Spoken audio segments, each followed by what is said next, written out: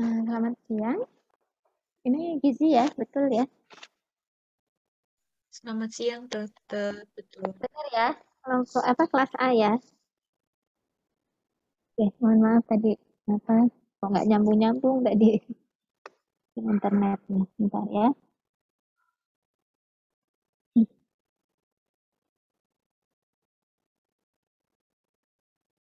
Oke, baik. Bismillahirrahmanirrahim. Assalamualaikum warahmatullahi wabarakatuh. Selamat siang semuanya. Waalaikumsalam. Oke, baik. Terima kasih sebelumnya ya sudah bersedia meluangkan waktu untuk siang ini kita reschedule jadwal kita ya. Sudah lengkap ini mahasiswanya Mbak Sasha 70? Oke, bisa bantu untuk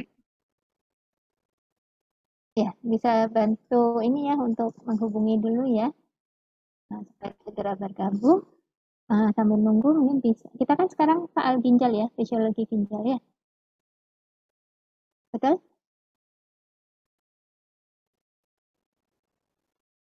Ya, sebentar. Sambil menunggu nanti kita bisa lihat video overview-nya dulu sebentar ya. Carikan.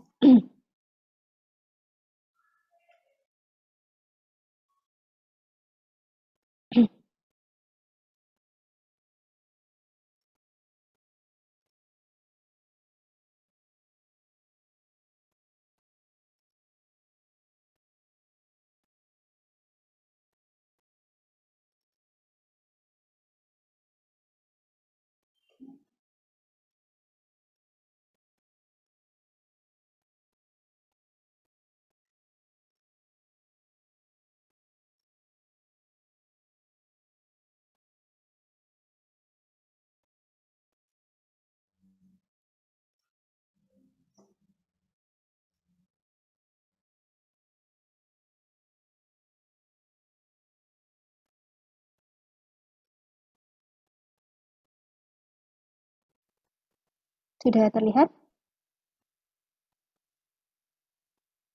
Sudah dong. Sambil nunggu bisa disimak dulu ya video overview untuk fisiologi ginjal. It's a hot day, and you like urea, left over from the breakdown of proteins, and redirects them as urine out of the kidneys and through two long sewers called ureters.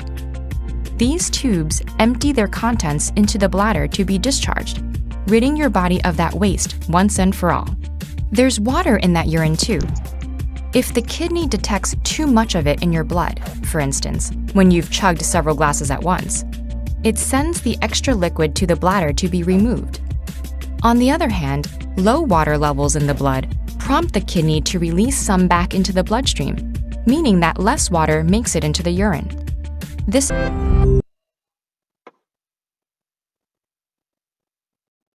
Oke, baik. Alhamdulillah ya. Sudah kita lihat tadi video overview tentang fisiologi ginjal.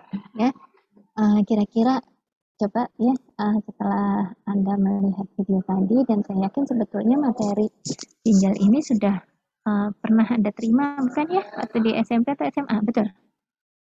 Betul sudah pernah diterima? Ini yang on cam hanya 1, 2, 3, 4 ini. Yang lain apa bisa dibantu untuk on cam jika tidak ada kendala koneksi ya supaya kita juga bisa lebih fokus ya. Rasanya Anda sudah pernah ini ya belajar tentang ginjal ya atau sistem urinaria waktu Anda saat di SMP maupun SMA. Anak saya SMP pun juga belajar gitu ya, tapi tentunya dengan tingkat yang sederhana.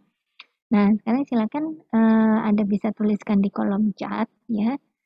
Apa sih yang Anda tahu gitu ya, bisa tulis keywordnya saja. Misalkan 3 keyword saja terkait dengan fisiologi ginjal atau fungsi ginjal di kolom chat. Atau 1 kalimat singkat silakan. Ya, kalian saya bisa absen. Oke, Tasya, makasih mengekspresikan dulu. Menyaring racun. Terus, yang lain? Masa cuma 2 orang? Ekspresi, oke. 3 kata dong, kalau yang pakai kata aja 3. 3 keyword lah. Oke, filtrasi, reabsorpsi, augmentasi, apa lagi? Oke, silakan. Yang lain?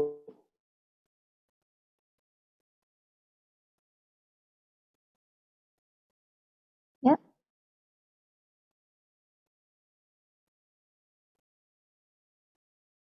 Oke, lanjut. Kita baru 12. Oke, menjaga keseimbangan cairan, menyaring darah, penyaringan. Oke, baik. Ya, lumayan lah. Dalam 1 menit bisa bertambah sampai 31 ya. Baik. Jadi, terima kasih yang sudah memberikan respon. Jadi, apa yang akan kita bicarakan hari ini adalah terkait dengan fungsi ginjal. Ya, jadi fungsi ginjal di sini terutama atau fungsi sistem urinaria ya, yang memang sangat berperan dalam ada 2 fungsi utama dari ginjal ya. Yang pertama adalah fungsi ekskresi dan yang kedua fungsi regulasi ya. Jadi 2 fungsi utama ginjal ya, itu satu ekskresi. Ekskresi apa? Ya hasil sisa metabolisme, kemudian metabolisme obat, dan sisa macam-macam ya, toksin dan sebagainya. Intinya zat yang sudah tidak dibutuhkan oleh tubuh. Kemudian yang kedua, regulasi. Untuk regulasi apa? Contohnya. Ginjal ini. Yuk, regulasi apa? Regulasi keseimbangan cairan, ya, regulasi tekanan darah, regulasi asam basa, bahkan juga metabolisme ada untuk pembentukan vitamin D. Tadi kan Anda lihat di video ya, apa saja peran ginjal itu banyak, bahkan juga regulasi pembentukan sel darah merah. Ya, kita kemarin sudah belajar, kita sudah kuliah tentang eritrosit. Anda ingat waktu pembentukan eritrosit membutuhkan hormon eritropoietin, di mana itu dihasilkan oleh ginjal. Ya, jadi memang proses ginjal ini memiliki peran yang luar biasa ya dalam tubuh kita. Baik, saya share screen dulu.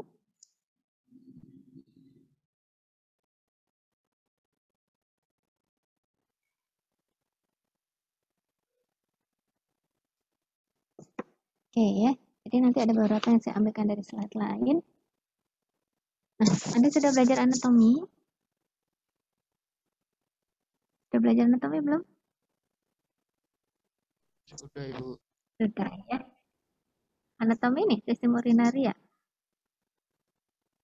Dapat nggak anatomi sistem urinaria? Ya, jadi di sini kita lihat ini adalah sistem urinaria kita, ya, yang terdiri dari organ yang memproduksi, menyimpan dan mengekskresikan urin, yaitu apa?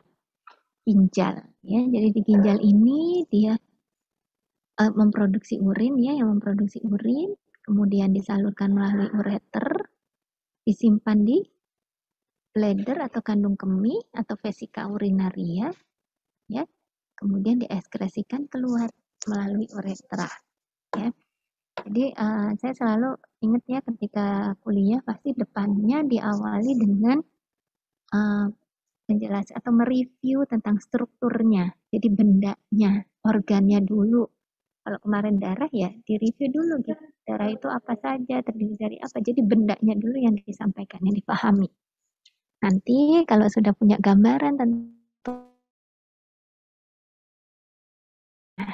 ya. Jadi Anda lihat di sini bahwa sistem urinaria ini terdiri dari ginjal, organ yang memproduksi, ya, kemudian menyalurkan urin itu melalui ureter. Di ureter nggak ada proses apa-apa ya. Kemudian disimpan dalam bladder dan dikeluarkan melalui uretra. Oke. Nah, ini gambaran dari ginjal ya. Di dalam tubuh kita kalau di ronsen juga kelihatan ya, apalagi ini dengan kontras, artinya diberikan zat radioaktif yang nanti akan bisa terlihat ketika difoto dengan sinar X. Ya. Oke, ini juga gambaran susunan anatomi ginjal ya. Jadi letak ginjal itu ada di walaupun ini kelihatannya di rongga peritoneum ya, atau di rongga abdomen, tapi dia tidak di sana, dia di retroperitoneal. Jadi kalau Anda bayangkan ginjal itu bareng-bareng sama usus ginjal, usus lambung, enggak gitu ya. Jadi ginjal lebih ke dorsal atau ke punggung. Nah, kemudian penampang melintangnya Anda bisa lihat ya, ada bagian korteks, bagian terluar, ya, kemudian bagian medula, tengah, yang terhubung nanti dalam pelvis renalis ya, yang merupakan gabungan dari banyak ductus collecting ya, kemudian nanti bersambung ke ureter. Nah ini apa, irisan kecil ini lagi kalau di besar, maka apa yang Anda lihat di sini, ingat nggak ini struktur apa nih? Struktur apa tuh? Ada 2 di sini, 1, 2. Struktur apa? Lengkung Henle. Lengkung Henle bagian dari ini, struktur ini. Tapi secara keseluruhan apa ini? Namanya? Kenapa? Nefron. Nefron. Oke, bagus sekali Mas Agung ya. Jadi itu adalah nefron. Nefron itu apa? Nefron adalah, ini biasanya pertanyaan bonus nih kalau ini keluar di ujian itu. Pasti bisanya, pasti benernya. Apa nefron itu?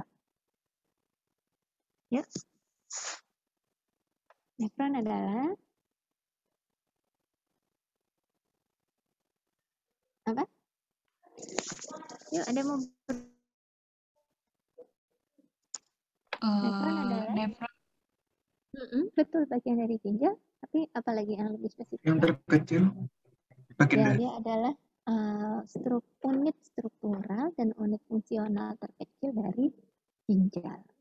Ya, jadi kalau Anda lihat bahwa apa namanya, kayak misalkan otak gitu ya, otak tersusun dari neuron-neuron ya. Nah, itu kan sel-sel neuronnya yang menyusun otak itu sendiri ya.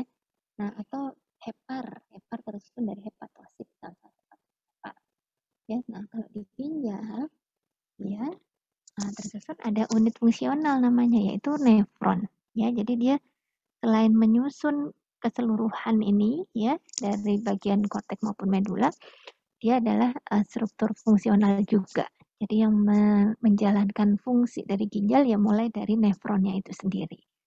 Sehingga kalau ada kerusakan pada tingkat nefron, pasti akan menyebabkan gangguan fungsi ginjal keseluruhan. Ya. Baik. Nah, sekarang kita lihat di sini ya. Ini gambar apa? Slide ini menceritakan tentang, coba lihat judulnya ada tuh. Siapa mau berpendapat?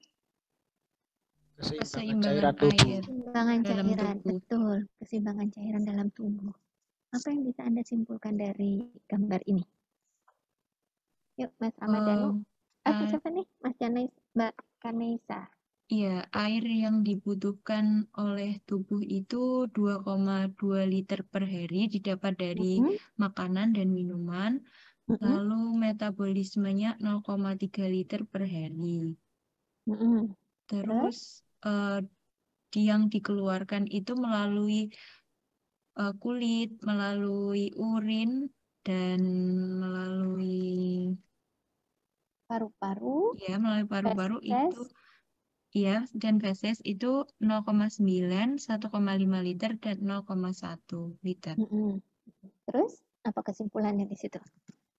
Kesimpulannya tubuh membutuhkan air sekitar cairan itu sekitar 2,5 liter per hari. Oke, ya. Terus untuk pengeluarannya, water loss-nya?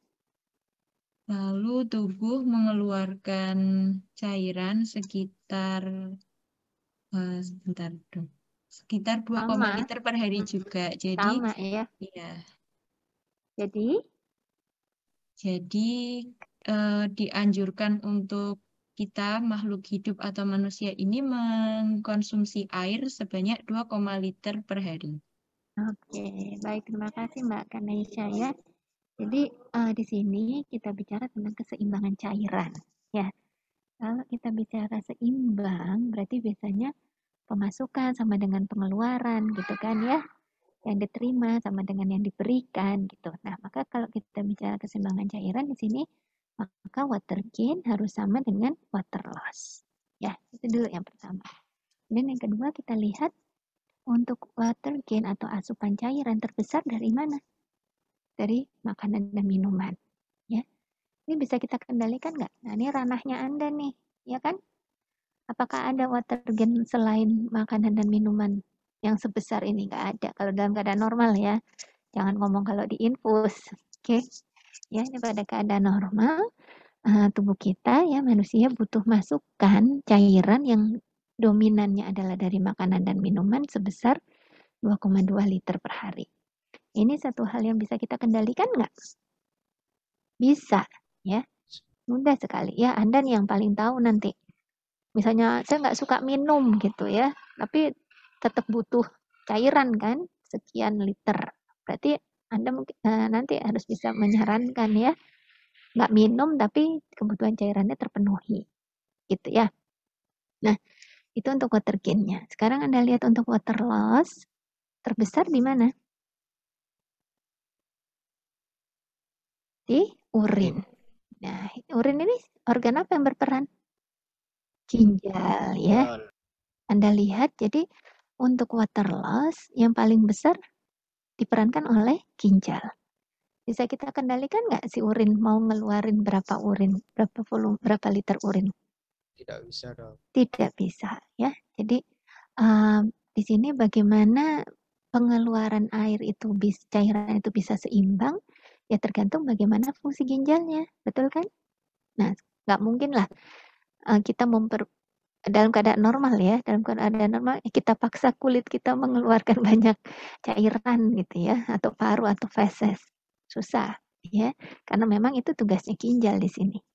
Sehingga di sini kita akan bisa lihat bahwa peran ginjal ini penting gitu ya untuk menjaga keseimbangan. Kalau ini sih bisa kita kendalikan. Ya, suruh makan aja, suruh minum yang banyak. Tapi yang ini, bagaimana cara kita supaya maaf. Bagaimana cara kita supaya ginjal ini bisa berperan optimal? Ya harus dijaga kesehatannya, ya, supaya fungsinya optimal. Jadi bayangkan kalau ginjal ini tidak bisa berfungsi, kira-kira siapa yang akan mengambil alih pengeluaran 1,5 liter per hari? Nggak ada. Akhirnya apa? Jadi penumpukan cairan, ya. Pasti akan menyebabkan gangguan, ya. Kalau misalnya dilihat bisa edema, ya, itu kalau di bawah kulit penumpukan cairannya. Tapi kalau sampai di organ atau di rongga tubuh, misalkan di paru-paru, ya, terjadi penumpukan cairan bisa sesak, ya, atau di jantung, ya kan, jadi penumpukan cairan di sel-selnya, jadi jantungnya berat, gagal jantung. Atau di perut, misalkan, di rongga abdomen terjadi penumpukan cairan, bisa asites, perutnya membesar. Itu ya, bisa dipahami? Ya, jadi di sini maksudnya adalah bagaimana kita memahami bahwa keseimbangan cairan itu salah satunya ditentukan oleh peran ginjal, ya, karena dia yang paling besar. Oke, lanjut. Nah, balik ke sini. Ya, jadi kita punya ginjal sepasang, kiri dan kanan letaknya retroperitoneal ya, jadi di belakang dari rongga peritoneum, ya, atau lebih ke dorsal, lebih ke punggung. Ya, strukturnya ada korteks, bagian ada medula bagian yang dalam ini, kemudian ada pelvis renalis ini, ya. Oke. Nah, ini adalah fungsi ginjal. Ya. Sebentar, mungkin bisa saya ganti dulu.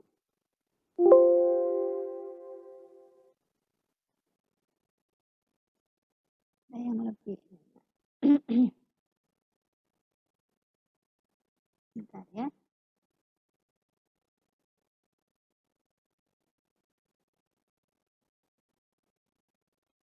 Multifunction.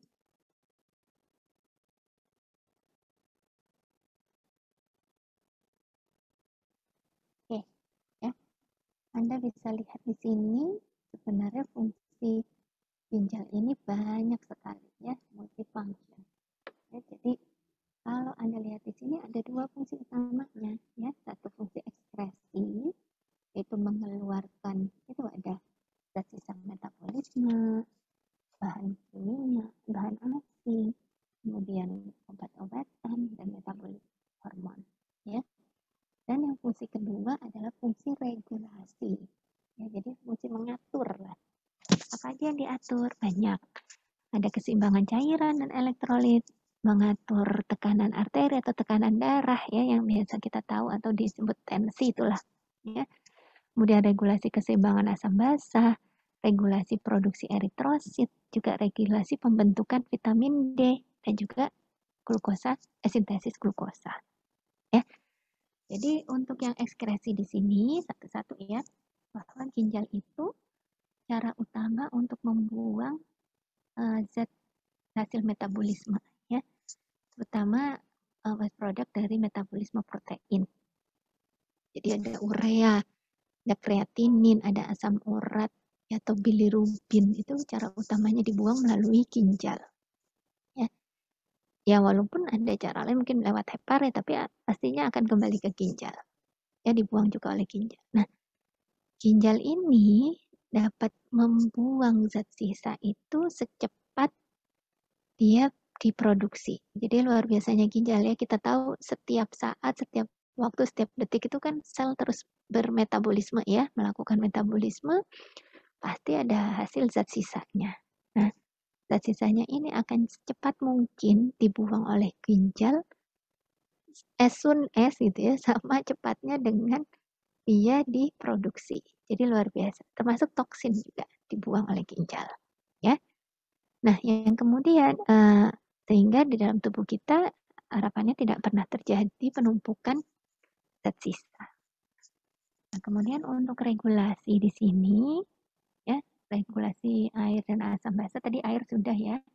Kalau yang elektrolit, ketika ada asupan natrium yang naik, misalnya asupan elektrolit yang naik, maka ginjal akan bisa meregulasi supaya yang dikeluarkan juga ikut banyak, ya, sehingga di dalam tubuh kita itu tetap seimbang, ya, tidak berlebihan dan tidak kurang. Kalau misalnya ternyata turun elektrolitnya di ginjal, nanti dalam dengan mekanisme reabsorpsi, ya, berusaha untuk menahan agar tidak banyak elektrolit yang dibuang, ya.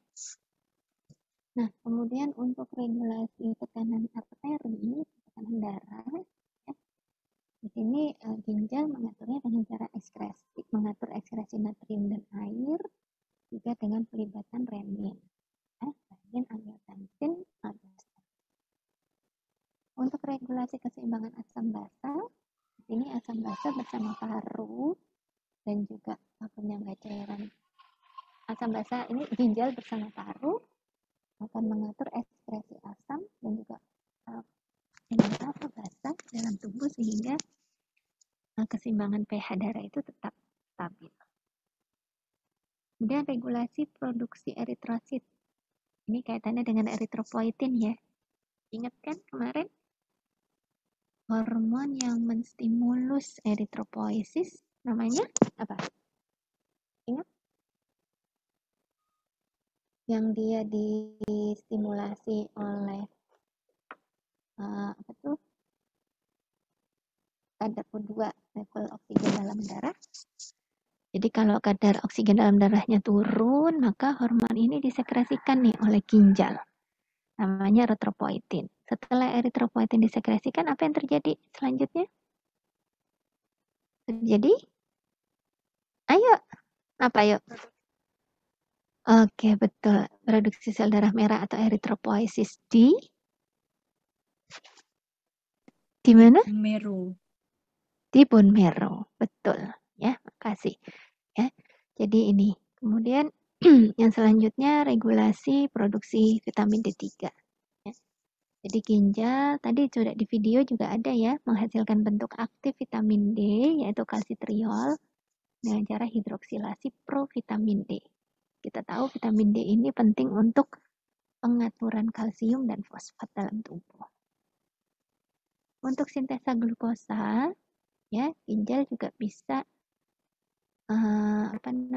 mensintesis glukosa dari bahan selain karbohidrat. Jadi nanti gluconeogenesis ya, yaitu asam amino pada keadaan ini puasa yang panjang atau kelaparan yang sangat panjang, maka nanti ginjal akan bisa membantu untuk menghasilkan glukosa.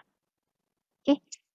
Nah, sehingga kita bisa lihat dari sini ya, kalau misalnya ada penyakit ginjal akut maupun kronis, biasanya gangguannya di mana aja nih?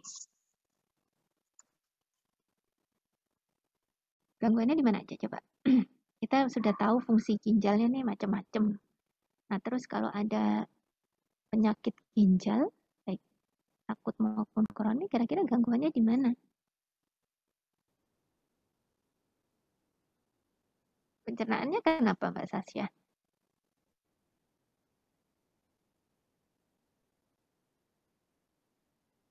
Pengeluaran urinnya. Oke, jadi kalau di sini, di slide sini dia masuk yang mana yang terganggu? Kalau diproduksi urin berarti di mananya? Apa yang kira-kira terganggu?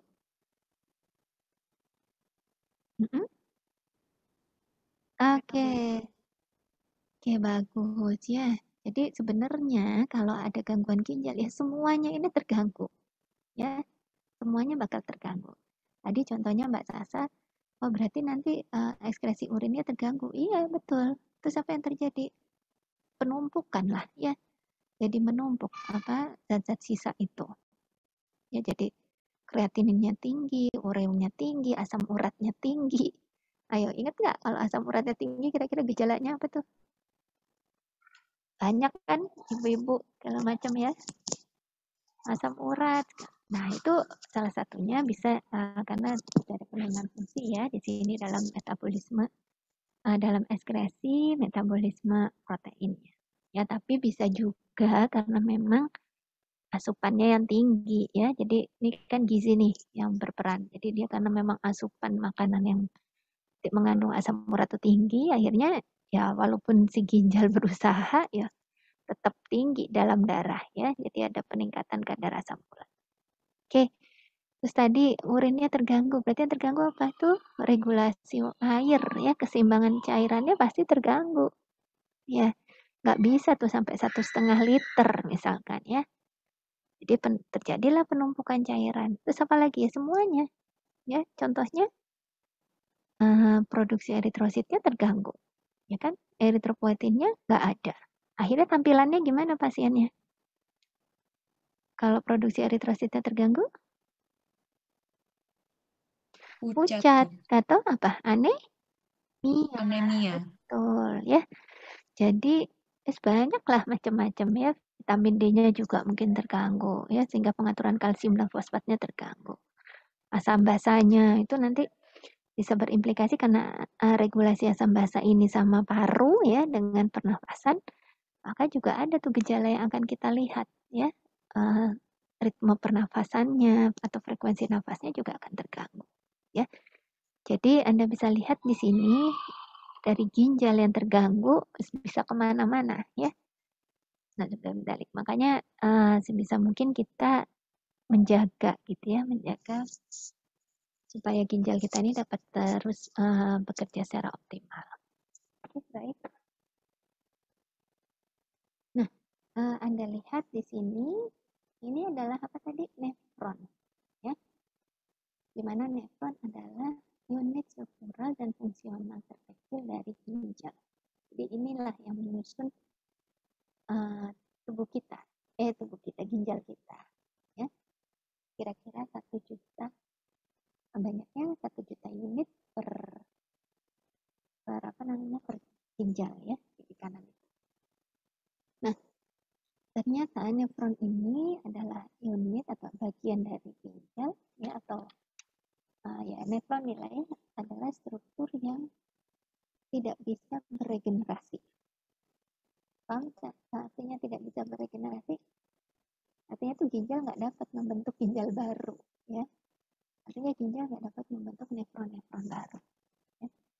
Jumlah nefron akan turun bertahap ya, terutama pada usia di atas 40 tahun. Ya, jadi di atas 40 tahun. jumlah nefron sehingga kira-kira bisa ditebak nggak apa akibatnya? Kita tahu nefron itu unit fungsionalnya ginjal. Kalau nefronnya menurun jumlahnya kira-kira gimana? Fungsinya juga menurun, tidak optimal seperti itu. Oke, betul. Fungsinya juga akan menurun, ya. Bahkan di buku disebutkan nefron itu fungsinya turun hampir 10% per tahun, per 10 tahun, ya. Sehingga pada usia 80 tahun bisa kita bayangkan kan, tinggal berapa? Ya, tinggal berapa persen fungsi ginjalnya, ya. Inilah mengapa sering kita temui bahwa pasien-pasien gagal ginjal itu umumnya di atas usia 40, ya, karena udah semakin sepuh gitu ya, dan juga memang sudah ada secara alami sudah ada penurunan fungsi ginjal.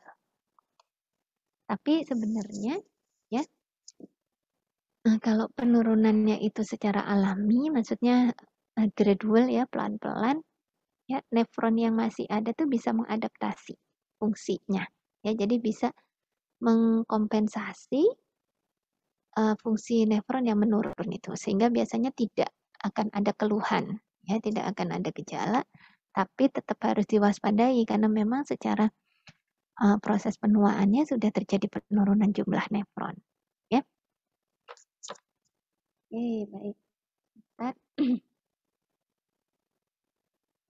Ya, balik lagi.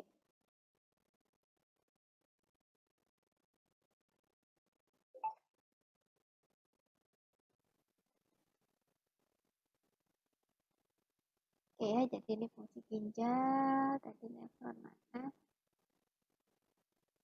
Nah, ya, tadi sudah kita lihat. Nah, sekarang kita akan membahas komponen nefronnya. Sebentar ya, mau izin dulu.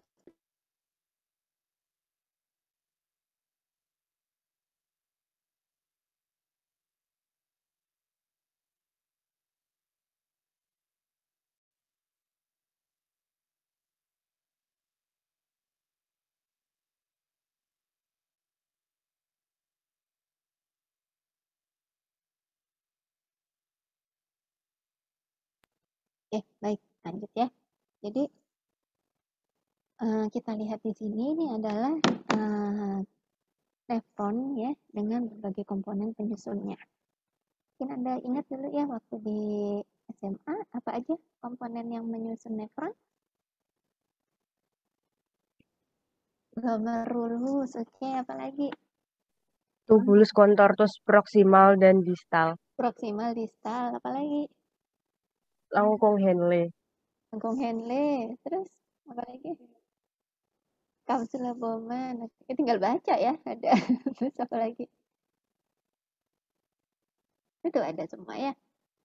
Jadi di sini coba ya Anda perhatikan bahwa nefron ini tersusun dari berbagai macam komponen yang sebenarnya bisa kita bagi menjadi 3 komponen ya. Jadi ada komponen vaskular, kemudian komponen tubular, komponen tubular, dan ada komponen kombinasi. Ya. Vaskular komponen artinya apa? Dia komponen pembuluh darah, ya. Namanya vaskular, pembuluh darah. Berarti semua komponen nefron yang merupakan pembuluh darah dia adalah komponen vaskular. Apa saja? Arterial aferen ya yang membawa darah masuk ke dalam glomerulus.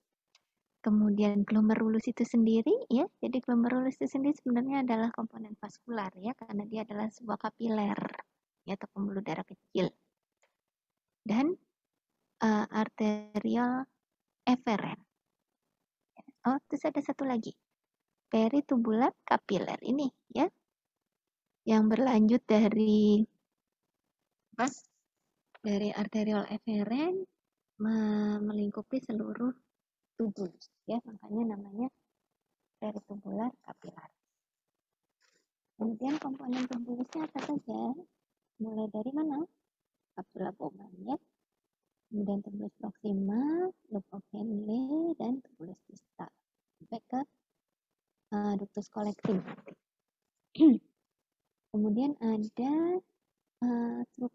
kombinasi. Komponen kombinasi yaitu juxtaglomerular apparatus di sini. Kenapa kok dia dikatakan kombinasi? Karena memang gabungan dari komponen vaskular, ya, yaitu arterial aferen dan eferen, dengan komponen tubulus, yaitu bagian tubulus distal. Jadi kita pelajari lanjut ya. Bentar, kok saya masuk. Lihat lepas.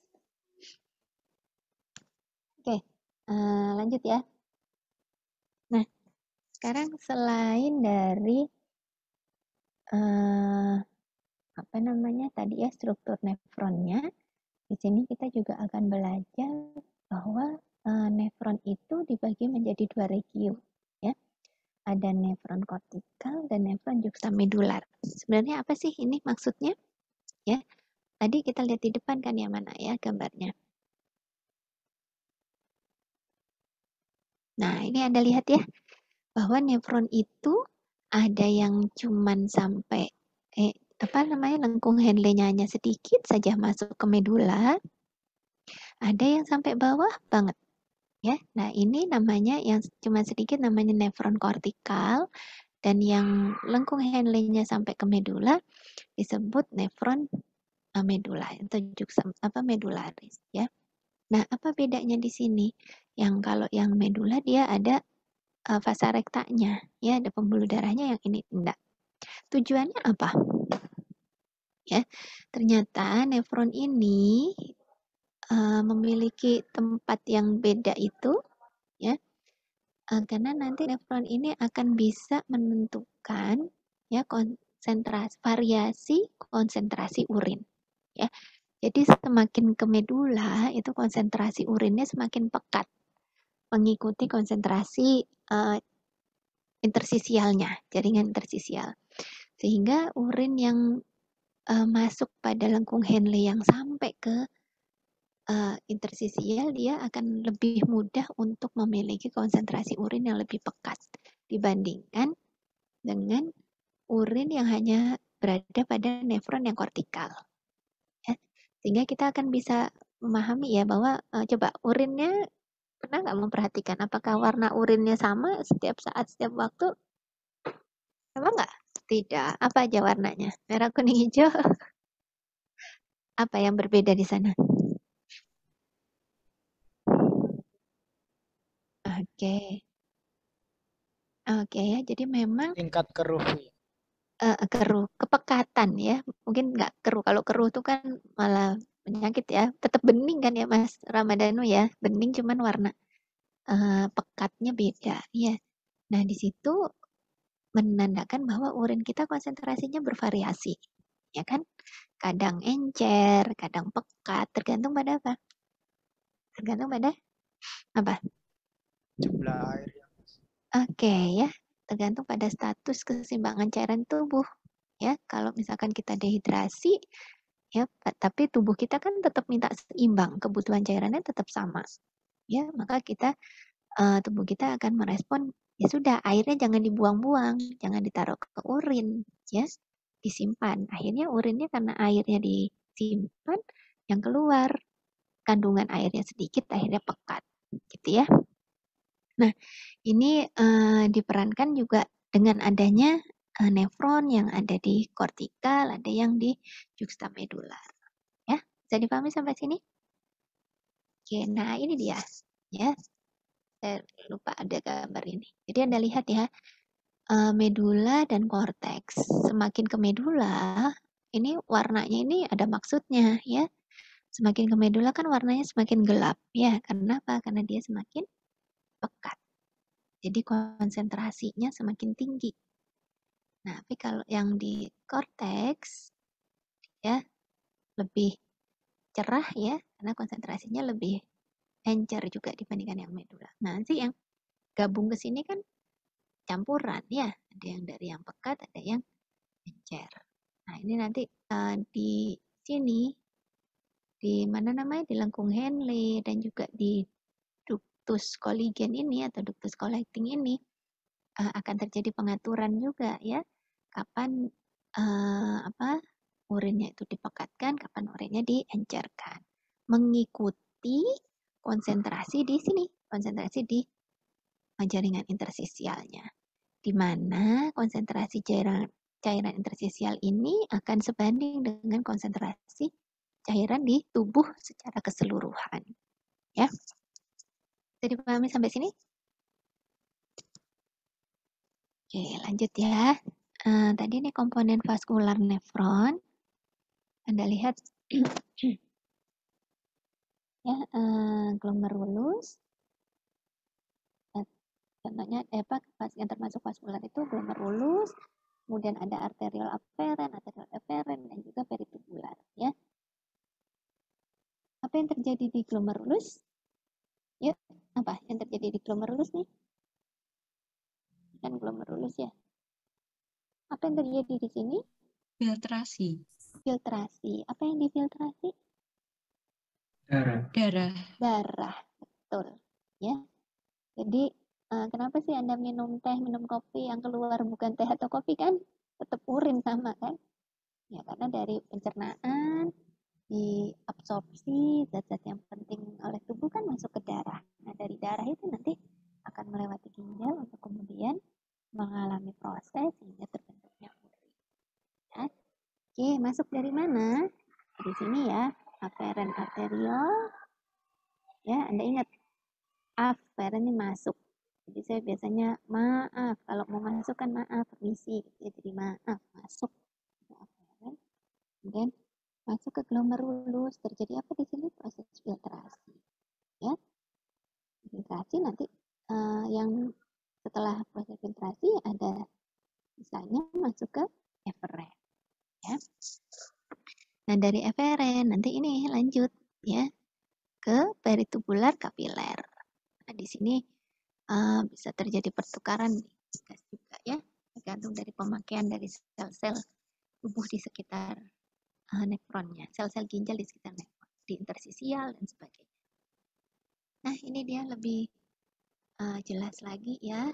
Jadi masuk aferen, kemudian melewati membran filtrasi. Di sini ada berapa membran filtrasi? Jadi filtrasi itu kalau saya sering menganalogikan dia seperti saringan ya, namanya filter ya, seperti saringan. Berarti kalau kita mau menyaring sesuatu, kita butuh apa? Selain zat yang mau disaring, kita butuh apa? Penyaringnya, betul, butuh saringannya. Sama kayak Anda ibu-ibu nih, calon ibu-ibu ya, kalau mau nyaring santan gitu ya, kelapa itu yang diparut, ditaruh di sini, tetap kan butuh saringannya untuk akhirnya keluar apa? Santannya, ya. Nah, glomerulusnya juga seperti itu sebetulnya. Dia prinsipnya ya menyaring, ya. Jadi ada plasma yang masuk, kemudian di sini membrannya ini adalah saringannya. Sehingga ada yang keluar sebagai filtrat ya, atau santannya tadi itu. Nah, ada yang sisanya kembali ke eferen. Nah, sekarang saringannya glomerulus itu menyaring plasma itu berdasarkan apa? Kalau santan ini tadi kan gimana dia? Apa yang boleh lolos, apa yang tetap tertahan di sini? Ya, Sarinya. sari, ampasnya. Nah, yang keluar, masa air yang ditahan? Pada ini loh, ada santan gitu. Ya, enggak ya, masih analogi dulu. Oke ya, jadi baiklah. Jadi ada yang keluar, ada yang tetap tertahan. Kalau prinsip awalnya kan yang tertahan adalah yang tidak bisa melewati pori-pori, betul? Berarti kenapa dia kok nggak bisa melewati pori-pori? Karena harus dibuang. Oke, ukurannya besar, strukturnya besar. Dia nggak bisa ngelewatin porinya kan, namanya saringan kan gitu. Saringan itu pasti ada pori-porinya kan, ya nggak? Ada lubang-lubangnya. Kalau nggak lubang nggak bakal bisa nyaring. Dia kedap ya. Nah, yang bisa lolos yang ukurannya lebih kecil dari pori-porinya, gitu ya. Nah, sama di glomerulus ini juga. plasma yang kemarin kita ingat ya, bahwa plasma darah itu bukan plasma darah ya, darah yang masuk itu kan tidak mungkin ya. Jadi ada ada plasmanya, ada sel darahnya ya. Maka yang bisa lolos, bisa keluar dari membran filtrasi ini yang bagaimana? Yang apa?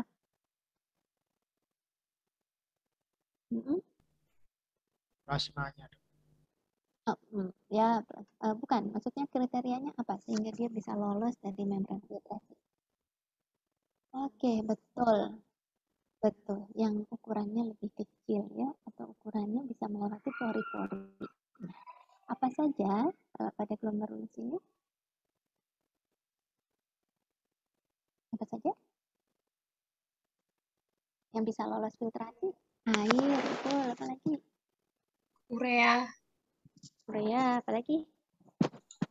glukosa, Glukosa, betul. Apa lagi? asam amino, Asam amino. Terus apa lagi? Ayo. Yang nggak lolos apa? Lemak. Lemak. Apa lagi? Sel darah. Ya. Sel darah merah. Oke. Nah, apa lagi? protein, Protein. Apa lagi? Yang makronutrien. Oke, kenapa kok dia nggak bisa lewat? Ayo, semuanya tuh kenapa nggak bisa lewat? Karena ukurannya tadi ya. Nah, ternyata ada satu nih, zat terlarut yang dia sebenarnya ukurannya kecil.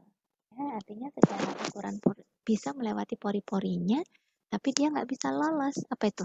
Zat apa? Coba cari. Apa? Pernah dengar albumin? Oke, apa tuh albumin? Jenis protein juga ya, tapi protein yang kecil. Nah, albumin ini dia protein kecil, ya maksudnya secara ukurannya itu kecil, tapi dia nggak bisa lolos dari membran filtrasi. Artinya dia akan kembali ke eferen. Kenapa kok kayak gitu?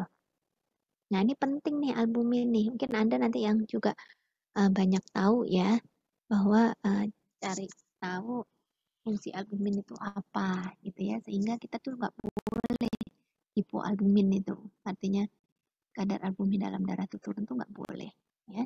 Karena ini penting untuk, kemarin ingat kan albumin untuk apa waktu kuliah darah? Jaga tekanan Darah. oncotic plasma, ya kan, ingat nggak albumin itu protein, plasma protein kan? Nah, jangan udah lupa, plasma protein ada albumin, ada globulin, ya kan, ada fibrinogren yang dominan ya, sebenarnya banyak. Terus albumin fungsinya apa kemarin? Ayo, ikut kuliahnya enggak? Cairan. Ya, dia kan mempertahankan tekanan oncotic ya, jadi mempertahankan plasma tetap berada di vaskular. Ya, jadi penting nih albumin nggak boleh dibuang-buang, makanya sama glomerulus dia tidak akan bisa lolos filtrasi. Ya, kenapa? Ya, jadi membran filtrasi ini sudah saya carikan, langsung aja ya.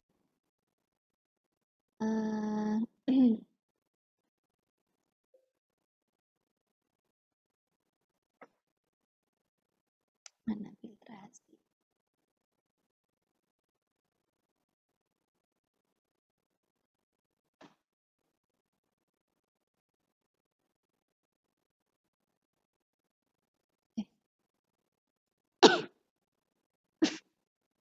Alhamdulillah.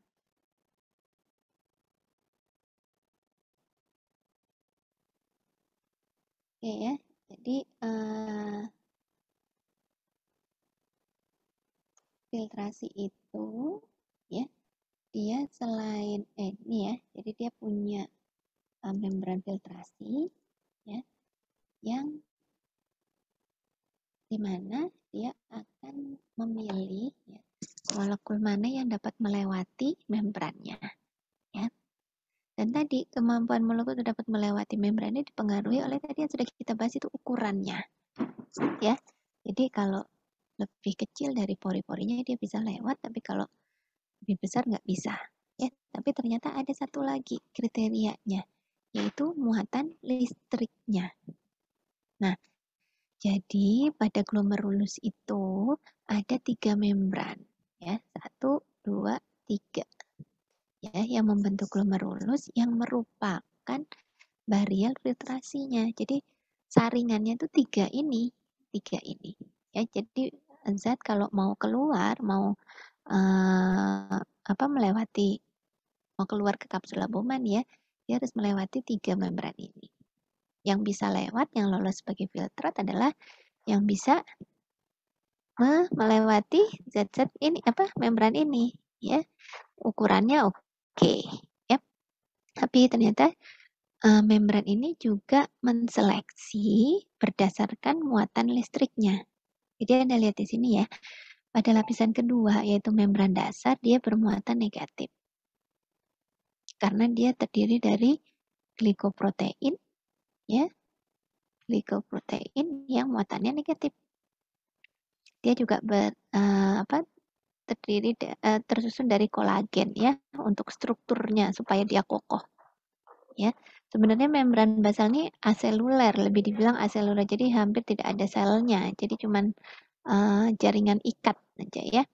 Nah, ini muatannya negatif, sehingga pada molekul yang muatan negatif, Anda bisa ingat ya, negatif ketemu negatif kan akan tolak menolak ya.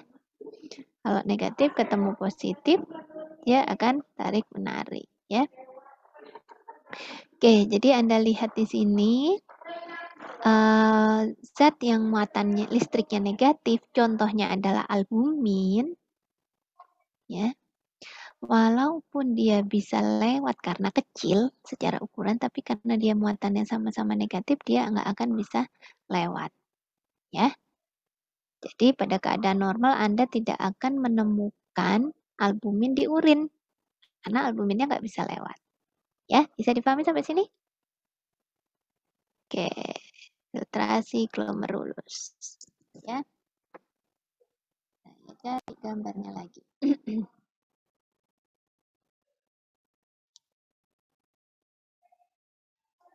Oke, sampai sini ada yang mau ditanyakan dulu nggak? Nah, ini loh ya. Apa namanya? Ada 3 lapisan ya, 1, 2, 3. Nah, ini kalau gambaran nyatanya sih kayak gini katanya. Saya juga belum pernah lihat ya di mikroskop. Ya. Oke. Jadi Anda lihat ini ada 3 lapis. Oke, baik, sampai filtrasi Anda ingin ditanyakan dulu? Didiskusikan, yuk kita diskusi aja. Silakan.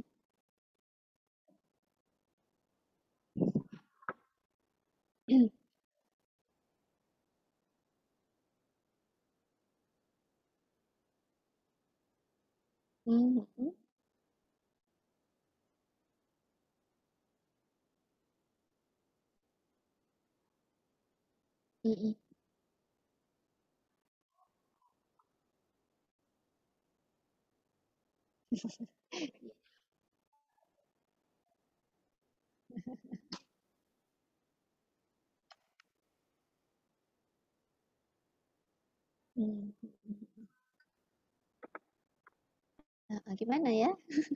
Jadi makanya tadi di video ingat nggak ya, untungnya kita punya 2 ginjal gitu ya. Tapi itu bukan begitu maksudnya ya, kita dikasih 2 ya karena memang fungsinya dua-duanya perlu gitu ya.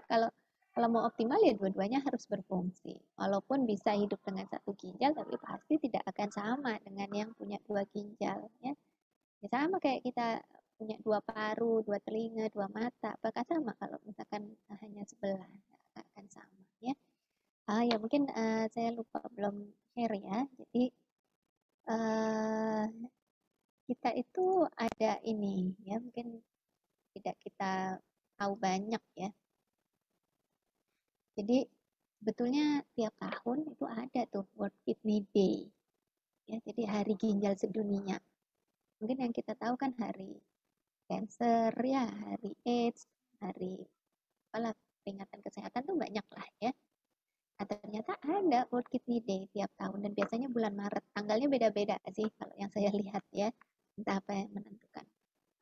Biasanya minggu ya 10, 11 gitu ya, belasan tanggal. Jadi tiap tahun itu ada peringatan ini. Latar belakangnya apa sih? Karena ternyata 1 dari 10 orang dewasa ya di dunia saat ini itu terdiagnosa penyakit ginjal ya, chronic kidney disease ya. Gak usah jauh-jauh saat ini ya, saya waktu DM tahun 2007 ya, jadi sudah bisa ditebak umur saya berapa ya. Saya udah termuda umur tahun 2007 itu waktu putaran penyakit dalam sudah sudah menemukan tuh pasien gagal ginjal yang dia harus cuci darah gitu ya, dan usianya nggak di atas 40 ya, mungkin 30-an lah, atau nggak di atas 50 lupa saya, tapi masih muda ya. Jadi dan tidak ada penyakit primernya ya, yang artinya membuat dia jadi punya penyakit ginjal ya. Jadi bisa jadi ya karena pola hidup gitu ya, pola makan dan sebagainya. Nah, di sini harapannya, di sini ada ya kidney health for all, jadi kesehatan ginjal itu untuk semuanya ya. Dan harapannya dengan ada peringatan ini kita bisa menjembatani ya, bridge the knowledge gap to better kidney care. Jadi kita nih sebagai orang kesehatan ya, Anda juga mahasiswa kesehatan kan ya, gizi, harus bisa menjembatani ya adanya gap pengetahuan ya, terutama pengetahuan tentang kesehatan ginjal ya. Jadi ya nanti cari tahu lah kira-kira makanan apa sih yang bisa memperberat kerja ginjal gitu. Yang jelas pasti zat yang memang pembuangannya itu di melalui ginjal secara dominan ya. Jadi harapannya di sini ya, kenapa sampai ada World Kidney Day ya. Dan jangankan kita harus menjaga ya, secara alami saja tadi di atas 40 sudah ada penurunan fungsi gitu ya. Jadi sesuatu hal yang nggak bisa dihindari, dan saya merasakan sendiri ya, mungkin kayak Anda nih usianya berapa semuanya kira-kira rata-rata? 19-20-an dong. 19-20 ya, masih muda ya, teenagers lah ya, teenagers ya, nggak pernah tuh berpikir ginjal umur sekarang. Enggak, makan sembarang kalir ya, minum juga kalau udah di AC mungkin sedikit gitu kan, nggak haus. Tapi kalau kayak saya yang sudah 40 nih, udah mulai mikir nih, deg-degan ya kan, mulai perhatikan segala macam ya, padahal seharusnya bisa dimulai sejak sebelum 40 ini untuk bisa lebih menjaga kesehatan ginjalnya gitu ya. Ya bisa jadi kayak tadi yang kata Mbak Sasha itu ya, karena enggak paham aja, ada knowledge gap ini ya.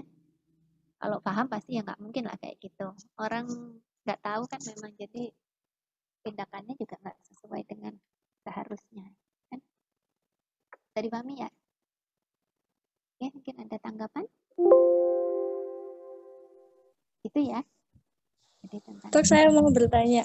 Mbak siapa? Katarina. Ya, silakan. Ya, ini kan sedang marak itu suplemen diet ataupun teh diet. Itu kan menyebabkan kayak kita suplemen apa? Teh diet gitu loh. Teh diet yang herbal itu, Dok. Itu kan kayak menyebabkan pipis berlebih, selalu pipis terus. Itu apakah nanti kan kayak cairan yang diekskresi lebih banyak daripada yang masuk, atau terus nanti ginjalnya bekerja lebih keras, atau itu efeknya nanti bagaimana, Dok? Oke, gimana kira-kira kalau menurut Mbak Katarina? Kalau menurut saya ginjalnya dipaksa bekerja lebih keras dari biasanya untuk metabolismenya itu lebih, supaya mengeluarkan itu cairan pipis yang berlebih seperti itu. Nanti efeknya ya ginjalnya rusak, dehidrasi, rusak gitu. Oke, ya. Jadi nggak tahu ya, saya nggak berani komentar, tapi memang kalau dari, jadi kita itu kan diuresis ya, artinya zat yang dapat meningkatkan produksi urin, ya kan, diuresis itu kan itu, ya. Jadi zat-zat yang dapat meningkatkan produksi urin, macam-macam mekanismenya. Ya, jadi diuresis itu ya memang digunakan untuk terapi, ada yang digunakan untuk terapi, terutama pada terapi-terapi hipertensi, ya, di mana memang terjadi kelebihan beban pada jantung gitu ya, sehingga dia harus dikurangi, dibantu untuk mengurangi bebannya. Ya, tapi kalau tidak ada indikasi untuk penggunaan obat tersebut ya bisa ditinjau ulang gitu ya, bagaimana nanti keseimbangan cairannya. Ya, kenapa kok untuk diet sasarannya itu air ya? Karena memang kita tahu ya komposisi tubuh kita sebagian besar apa? Ya, air ya. Mungkin kalau secara ditimbang gitu ya akhirnya turun gitu ya karena komposisi cairannya. Tapi kan kita tahu bahwa kemarin juga kita udah belajar ya bahwa dari tingkat sel aja komposisi terbesarnya itu cairan. Jadi kalau cairannya kurang di tingkat seluler pun itu akan sudah terganggu metabolismenya. Gitu ya.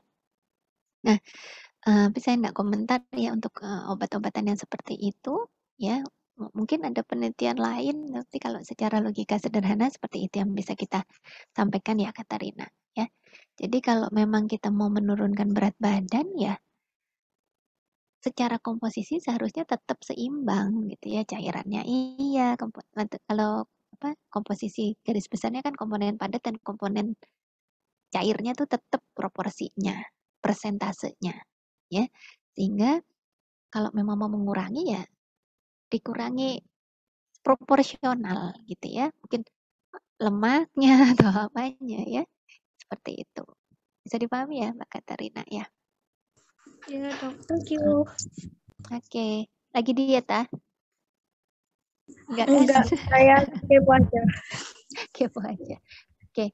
Ya, saya belum baca sih ya mekanisme apa, tapi yang jelas kalau memang tidak seimbang pasti akibatnya nggak baik untuk tubuh ya, untuk komposisi apalagi untuk keseimbangan cairan tuh tadi ya. Oke, baik kita lanjutkan dulu. Filtrasi glomerulus sudah ya.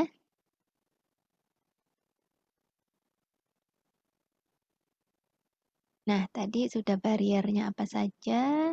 Nah, sekarang apa yang menyebabkan plasma itu bisa plasma darah itu ya dari masuk glomerulus bisa keluar nih. Kita tahu kalau darah itu kan cairan ya. Kenapa kok dia bisa keluar dari membran filtrasi? Kalau Anda tadi yang santan itu ya, supaya santannya keluar biasanya diapain? Ditekan, betul, diperas-peras ya. Artinya apa? Ada tekanan yang Anda berikan kan supaya semakin banyak air yang keluar. Nah, kalau pada glomerulus ini ya ada darah yang masuk dari aferen, kenapa dia bisa keluar? Diapain? Ayo. Diapain? Ada yang nekan? Ditekan juga mungkin. Ditekan sama siapa? Oke, betul. Ada tekanan dorong. Siapa yang dorong? Yang membuat dia keluar nih, arahnya kan keluar glomerulus ya. Otot. Ototnya siapa? Glomerulus berotot ah. Ya, jadi karena dia punya tekanan hidrostatik. Ya, jadi bukan, maaf. Jadi yang membuat dia keluar ini adalah namanya tekanan filtrasi neto, ya. Neto. Jadi tekanan filtrasi atau tekanan yang menyebabkan darah yang masuk ke glomerulus ini bisa keluar ke kapsula Bowman. Nah, kalau kita lihat di sini ada neto, wah berarti dia merupakan resultante dari banyak gaya, ya kan? Yang intinya nanti hasilnya adalah tekanan filtrasi neto. Nah, tekanannya apa aja? Ini nih, ada 4. Ya. Jadi ada 2 tekanan yang mendorong cairan ini untuk keluar, ada 2 tekanan yang menghambat cairan di dalam glomerulus ini untuk keluar. Nah, tekanan yang mendorong ini, yang arahnya ke kapsula Bowman pasti ya, yaitu tekanan apa saja? Tekanan hidrostatik dari glomerular, ya, dan tekanan apa? Tekanan apa? Oncotic, ya, mana oncotic dari Bowman. Ini ya, PGC sama V, ini apa? V kan ya lambangnya ya, V Bowman kapsul. Nah, kita tahu fluida itu, cairan itu ya, kalau dia di wadah, dia punya tekanan hidrostatik yang arahnya keluar ya ke segala arah, dan juga tekanan oncotic yang arahnya ke dalam. Artinya dia berusaha berikatan antara molekulnya. Nah, semua cairan punya ini ya. Kalau yang hidrostatik ini bisa dipengaruhi oleh volumenya, dipengaruhi oleh gaya eksternal ya, terutama kalau yang di sini adalah pompa jantung. Kalau oncotic ini dipengaruhi oleh zat terlarutnya. Ya, nah kemarin ingat albumin atau protein. Nah, itu yang menentukan tekanan oncoticnya. Semakin banyak dia terlarut dalam satu cairan, tekanan oncoticnya makin besar. Ya. Oke. Jadi di sini Anda bisa lihat ya bahwa ketika darah masuk ke glomerulus, dia punya dua tekanan. Satu tekanan hidrostatik glomerulus ya, karena dia di glomerulus, dan yang kedua adalah tekanan oncotic glomerulus. Yang hidrostatik arahnya sesuai filtrasi, yang oncotic arahnya berlawanan dengan arah filtrasi. Nah, filtrat ini kan keluar sebagai filtrat ya. Filtrat kan juga cairan ya, benar nggak? Filtrat itu cairan kan? Setelah keluar dari glomerulus kan dia jadi filtrat cairan. Filtrat di sini juga sama, punya tekanan hidrostatik kapsula Bowman yang arahnya keluar ya, artinya dia melawan filtrasi, dan ada tekanan oncotic ya yang arahnya ke dalam. Tekanan oncotic kapsula Bowman. Sehingga nanti netonya dari tekanan filtrasi adalah dua gaya yang arahnya searah filtrasi dikurangi gaya yang berlawanan filtrasi ya. Jadi tekanan hidrostatik glomerulus ditambah tekanan oncotic dari kapsula Bowman ya, karena searah ya, dikurangi tekanan oncotic glomerulus ya, dikurangi lagi dengan tekanan hidrostatik kapsula Bowman. Nah, ini nanti jadinya ketemunya adalah tekanan filtrasi neto. Nah, ini nanti bagaimana dia bisa berubah-berubah tekanannya tergantung dari komposisinya tadi ya. Kalau komposisinya tinggi protein, berarti tekanan oncotic di glomerulusnya nanti bisa lebih besar. Ya, itu dulu aja ya. Oke, nah sekarang setelah kita tahu bahwa darah yang masuk ke glomerulus itu bisa berfiltrasi, bisa lewat ya. Nah, sekarang kita ada istilah laju filtrasi glomerulus atau glomerular filtration rate. Ya, kecepatan pembentukan filtrat pada glomerulus, volume ya, ini berapa mililiter per menit. Pada dewasa normal, kira-kira 125 ml per menit atau 180 liter per hari. Sebanyak apakah 180 liter itu? 180 liter? Sebanyak apa?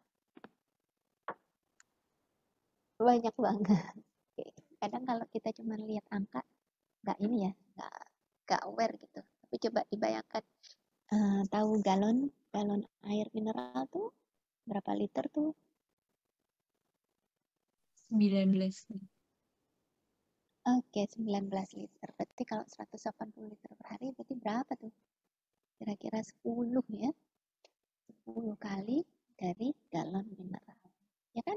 Banyak nggak tuh? Itu yang diapain sama ginjal? Sejumlah itu tuh diapain? Difiltrasi. Ya, artinya disaring.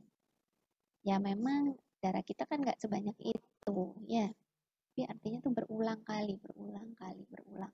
Jadi dari yang keluar dari eferen nantinya balik lagi bersirkulasi.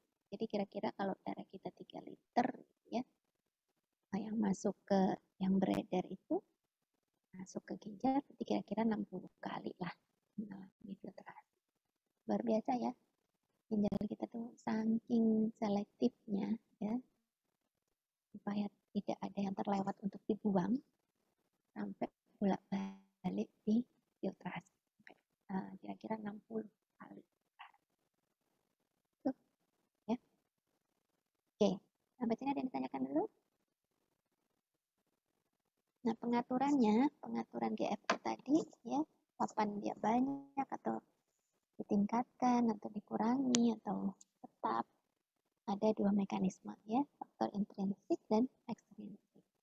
Kalau yang intrinsik itu diperankan oleh ginjal itu sendiri, nanti Anda baca sendiri ya, mekanisme miogenik dan juga mekanisme umpan balik tubulur glomerular.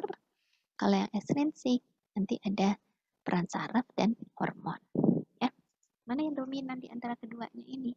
Kalau pada keadaan normal, autoregulasi yang dominan. Ya, tapi kalau pada keadaan emergensi, ya misalkan terjadi perdarahan, ya, maka yang dominan mengendalikan laju filtrasi glomerulus adalah faktor ekstrinsik. Ya. Oke. Mana? Ini ya. Aktivasi sistem saraf simpatis diaktifkan untuk untuk mengendalikan GFR. Ya. Jadi walaupun aliran darah ke ginjalnya turun, ya, terus si ginjal itu maunya, kan kalau aliran darah ke ginjal turun nanti kan GFR-nya turun ya. Kalau GFR-nya turun, ginjal ini maunya nanti akan berusaha meningkatkan GFR dengan cara vasodilatasi lah, segala macam. Nah, tapi pada keadaan emergensi, keinginan si ginjal ini yang intrinsik tadi, ya, dihambat. Kenapa? Kalau diturutin, akhirnya GFR-nya ditingkatkan, ya kan? Padahal kita sedang kekurangan cairan akibat perdarahan. Jadi kalau udah gini diambil alih oleh saraf simpatik. Ya. Oke. Oke, sampai sini ada yang ingin didiskusikan dulu? Silakan. Saya ingin bertanya. Ini mengenai tadi kan dokter ada sedikit menyinggung penyakit asam urat gitu. Nah, kebetulan pengalaman di keluarga saya itu ada keluarga saya yang awalnya hanya terdeteksi terkena asam urat saja. Lalu beberapa bulan kemudian itu tiba-tiba kayak nafasnya itu nggak stabil gitu dok, terus dibawa ke rumah sakit katanya udah gagal ginjal seperti itu. Nah, apa orang yang asam urat itu pasti selalu terkena ginjal atau gimana ya dok? Terima kasih. Oke, yuk yang lain yuk. Beri pendapat dulu. Yuk, silakan. Bagus pertanyaannya. Ayo, ada yang mau ngasih pendapat? Mungkin ada pengalaman atau sudah nemu jawabannya. Tadi di depan baca nggak? Ada nggak? Maksudnya memperhatikan nggak? Ya bahwa memang berbagai macam ginjal itu adalah organ utama yang akan membuang berbagai macam zat sisa. Ya, salah satunya adalah asam urat. Jadi asam urat itu kan hasil metabolisme apa sih? Cari ya.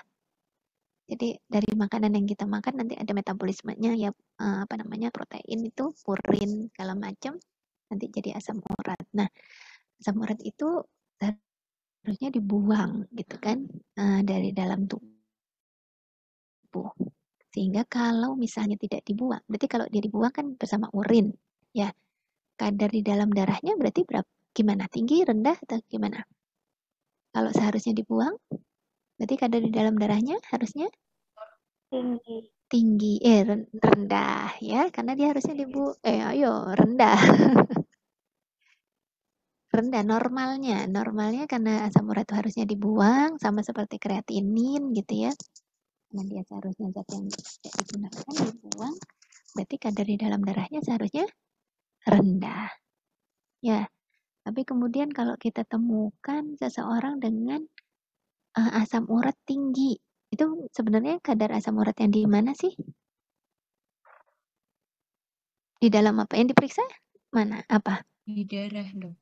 Di darah, betul. Ya, berarti asam uratnya, kalau asam urat tinggi itu berarti kadar asam urat di darahnya tinggi. Bisa nangkep nggak? Kira-kira ada yang salah di mananya berarti? Orang normalnya rendah kok.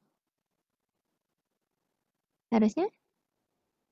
Berarti nggak dikeluarkan. Betul. Ya, berarti kemungkinan ada gangguan pada proses ekskresinya, yaitu pada ginjalnya. Ya, mekanismenya macam-macam. Maksudnya mekanisme pengeluaran asam uratnya nanti ada ya di filtrasi dan di sekresinya juga. Oke, jadi berarti ada sesuatu nih sama ginjalnya, ya, sehingga itu kemudian bisa kita waspadai, maksudnya diobservasi terus ya, bagaimana fungsi ginjal secara keseluruhan.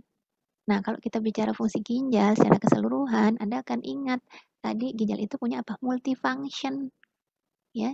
Jadi kalau ada satu gejala menunjukkan gejala ginjal, berarti fungsi yang lain juga pasti kemungkinan ada gangguan, gitu kan? Makanya terus sesak segala macam. Nah, itu bisa sebagai kemungkinan ya, maksudnya saya kan nggak periksa langsung ya, bisa karena penumpukan cairan, ya kan, di parunya, ya, karena keseimbangan cairan yang terganggu, atau karena regulasi asam basanya tidak seimbang. Nah, kalau asam basanya tidak sesuai dengan pH optimumnya bisa jadi sesak ya, karena terjadi penumpukan asam di dalam darah. Ya, hidrogennya CO2-nya tidak mudah untuk dikeluarkan. Ya. Nah, jadi ya bisa jadi seperti itu ya. Jadi waspada karena memang kalau kita periksa ke lab ya fungsi ginjal kan biasanya ada tuh periksa darah fungsi ginjal biasanya apa aja? Ada serum kreatinin ya. Ada kadar urea, ada kadar asam urat. Coba deh. Ya. Jadi ini yang akan diperiksa. Ya, karena ini seharusnya dikeluarkan gitulah. Ya, jadi dalam darah ada nilai optimalnya. Nah, cuman ginjalnya nggak apa-apa kok, tapi kok asam uratnya tinggi? Ya, bisa jadi karena intake-nya. Ya, kalau sesaat bisa jadi karena intake tinggi makanan yang mengandung asam urat sehingga pada saat diperiksa asam urat dalam darahnya tinggi, tapi nggak berarti fungsi ginjalnya yang normal. Tapi tetap waspada, ya. Jadi pahami sampai sini? Baik, dokter, terima kasih. Oke, lanjut ke tubulus renalis. Ya, jadi kalau tubulus, tadi sudah ya yang glomerulus sudah, sekarang kita ke tubulus. Terdiri dari berbagai macam segmen, tubulus proksimal, ansahenle, segala macam. Fungsi utamanya reabsorpsi dan sekresi. Jadi perhatikan di sini ya bahwa jadi setelah melewati glomerulus, filtrat akan melewati tubulus proksimal urutannya ya. Kemudian ansahenle, tubulus distal, tubulus colligentes, akhirnya ke tubulus colligentes dan akhirnya diekskresikan sebagai urin. Ya. Nah, di sepanjang jalan ini beberapa zat akan direabsorpsi secara selektif ya. Kalau direabsorpsi berarti dari mana ke mana? Dari reabsorpsi itu dari mana ke mana? Ayo, zat yang direabsorpsi itu berarti diapain? Kemana zatnya? Dari usus. Diserap kembali. Berarti dari mana ke mana kalau kita bicara di nefron ini? Oke, jangan dari ginjal lah. Ayo, dari apa? Ya, dari tubulus ya, apapun. Dari tubulus ke pembuluh darah. Ya. Kalau sekresi? Itu dari mana ke mana?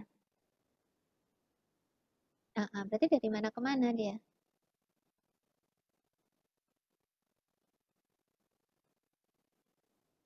Darah ke tubulus, betul. Ya. Nah, Anda harus perhatikan di sini bahwa di sepanjang jalan tubulus, artinya di sepanjang tubulus itu terjadi proses reabsorpsi dan sekresi, ya. Bukan urutan, artinya bukan reabsorpsi dulu sampai misalnya tubulus proksima reabsorpsi dulu, terus nanti di distal sekresi dulu, tidak. Ya, reabsorpsi dan sekresi terjadi di sepanjang tubulus, tapi proporsinya berbeda ya. Kalau di proksimal memang dia lebih besar reabsorpsi yang dilaksanakan, tapi ada sekresinya. Ya, di distal juga ada sekresi, di Hansa-Henle ada ya. Tapi yang utama itu reabsorpsi di proksimal ya. Tapi di semua itu ada. Jadi bukan suatu urutan ya, bukan filtrasi dulu, kemudian reabsorpsi, kemudian sekresi, tidak. Jadi setelah filtrasi masuk ke tubulus, dia filtrasi dan sekresi. Nanti Anda baca sendiri aja ya. Segmen apa, yang direabsorpsi apa, yang disekresi apa, zat-zatnya ya. Oke. Nah, sehingga Anda bisa lihat di sini ya. Dari 100% ya volume plasma yang masuk ke dalam afferent arteriol ya 20%-nya akan menjadi filtrat. Ya. 20% dari keseluruhan. 80%-nya kembali lagi ke sirkulasi ya. Nih. Kembali ke sirkulasi sistemik. Nah, berarti yang terfiltrasi 20% ya. Nah, dari 20% ini hampir lebih dari 19% dari cairan filtrat ini direabsorpsi sehingga hanya 1% volume yang diekskresikan ya. Makanya kita bisa tahu kan dari filtrasinya ini kira-kira berapa? 180 liter per hari. Ini kan yang difiltrasi. Yang jadi urin berapa sih? Anda apa mengekskresikan urin 180 liter per hari? Enggak ya. Berapa yang diekskresikan normalnya? 1,5 sampai 2 liter ya per hari. Ya kan? Itu sekitar 1%-nya dari yang difiltrasi. Oke, bisa dipahami ya. Jadi si ginjal ini ya memfiltrasi banyak, gelontor terus kan ya sampai 180 liter kayak istilahnya membersihkan gitu kan. Tapi dia kemudian juga setelah dibuang tuh masih berusaha untuk mempertahankan zat-zat yang masih dibutuhkan oleh tubuh dengan cara direabsorpsi lagi. Jadi luar biasa ya. Mesti gelontor banyak tapi masih harus diserap lagi tuh. Ya. Jadi artinya urin yang dihasilkan itu ya sudah betul-betul yang sudah hasil selektif yang luar biasa dari ginjal. Betul-betul zat-zat yang sudah tidak digunakan oleh tubuh. Nah, contohnya apa nih? Zat yang difiltrasi, tapi kemudian direabsorpsi 100% karena dia masih dibutuhkan oleh tubuh. Apa? Jadi sudah dibuang sebenarnya. Filtrasi itu kan proses utama. Ini ya, eliminasi ya sebenarnya ya. Utamanya di sana. Apa contohnya? Dia sudah dibuang nih sebenarnya karena dia sudah lolos filtrasi keluar sebagai filtrat. Tapi dia diserap lagi sampai 100% sehingga nggak kita temui di urin. Zat apa contohnya? Ayo.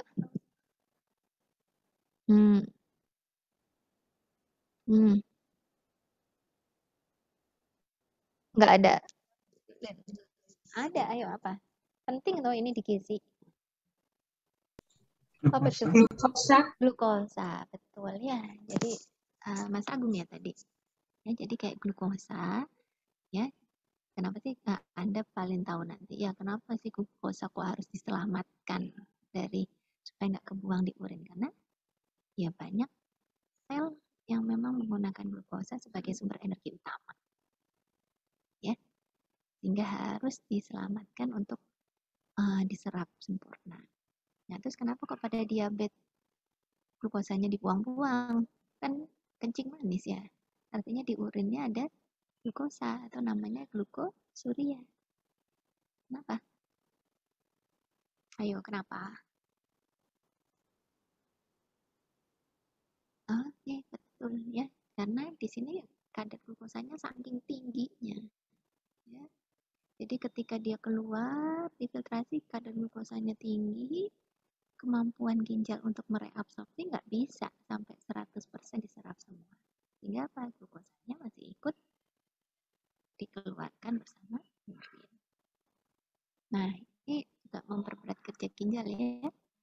Dia berusaha secara untuk maksimum, selalu dipaksa bekerja maksimum ya untuk mereabsorpsi glukosa karena glukosanya tinggi banget ya, dan sudah dipaksa kerja maksimum gak mampu juga sampai akhirnya ada glukosuria.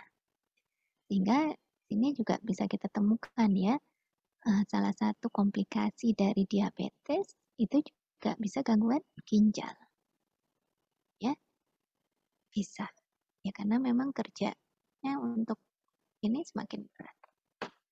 Jadi pahami sampai sini ya. Oke, kita istirahat 5 menit ya. Sudah 1 jam. 1 jam setengah.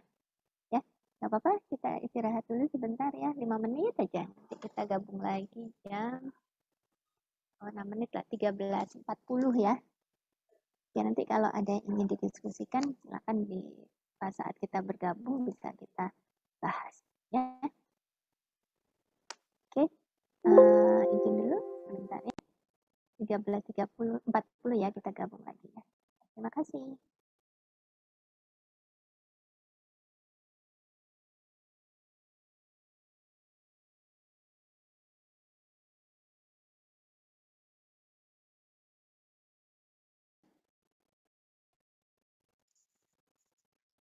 Masih di sini?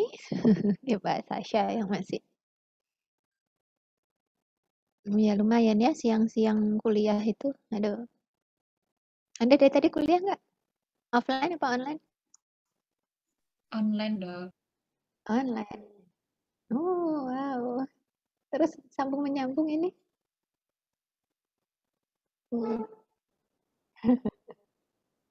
Terus kira-kira berapa persen yang nyantol materi kuliahnya? Saya pernah nanya gitu ya, apa ke mahasiswa itu, ya gue juga pas lagi ngajar ginjal, berapa persen yang sudah nyantol materinya? Dijawabnya sama kayak urin dok, cuma 1%. Itu cuma 1% dari 100% yang diberikan ya. Yang urin cuma 1% tuh yang diekspresikan. Ya lanjut aja yuk.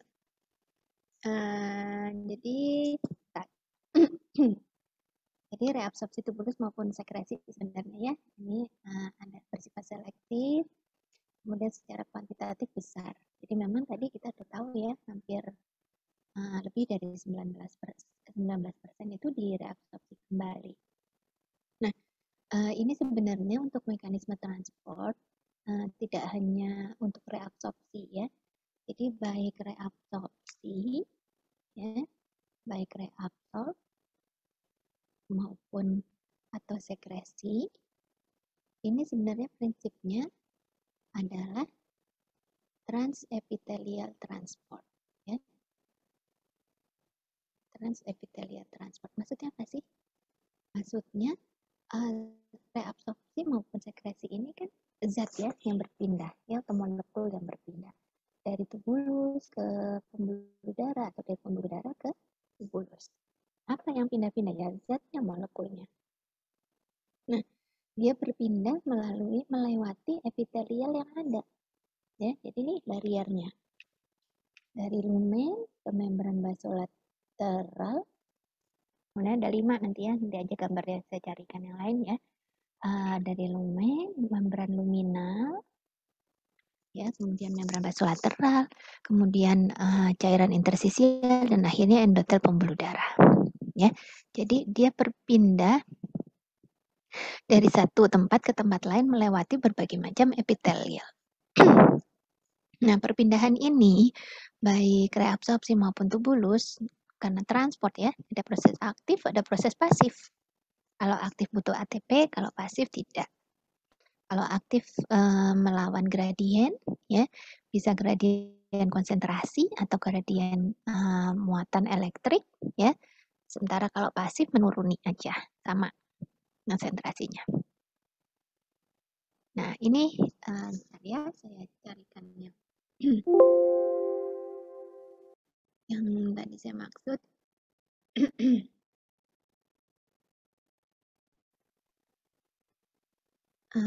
Sebentar.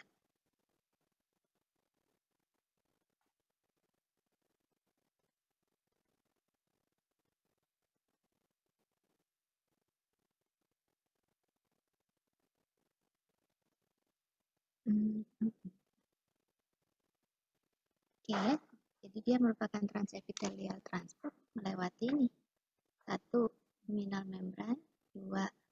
Interstisial, 3. Membran basolateral, 4. Ini sitosol ya. 4 interstisial fluid dan 5 endotel. Ya. Jadi Anda bisa lihat di sini ini yang harus dilalui dan dia bisa pasif aktif. Ya. Kemudian yang aktif ada primer, ada yang sekunder. Kalau yang primer ya ATP-nya atau energinya digunakan untuk memindahkan dia sendiri. Kalau yang sekunder dipakai juga oleh zat lain untuk berpindah.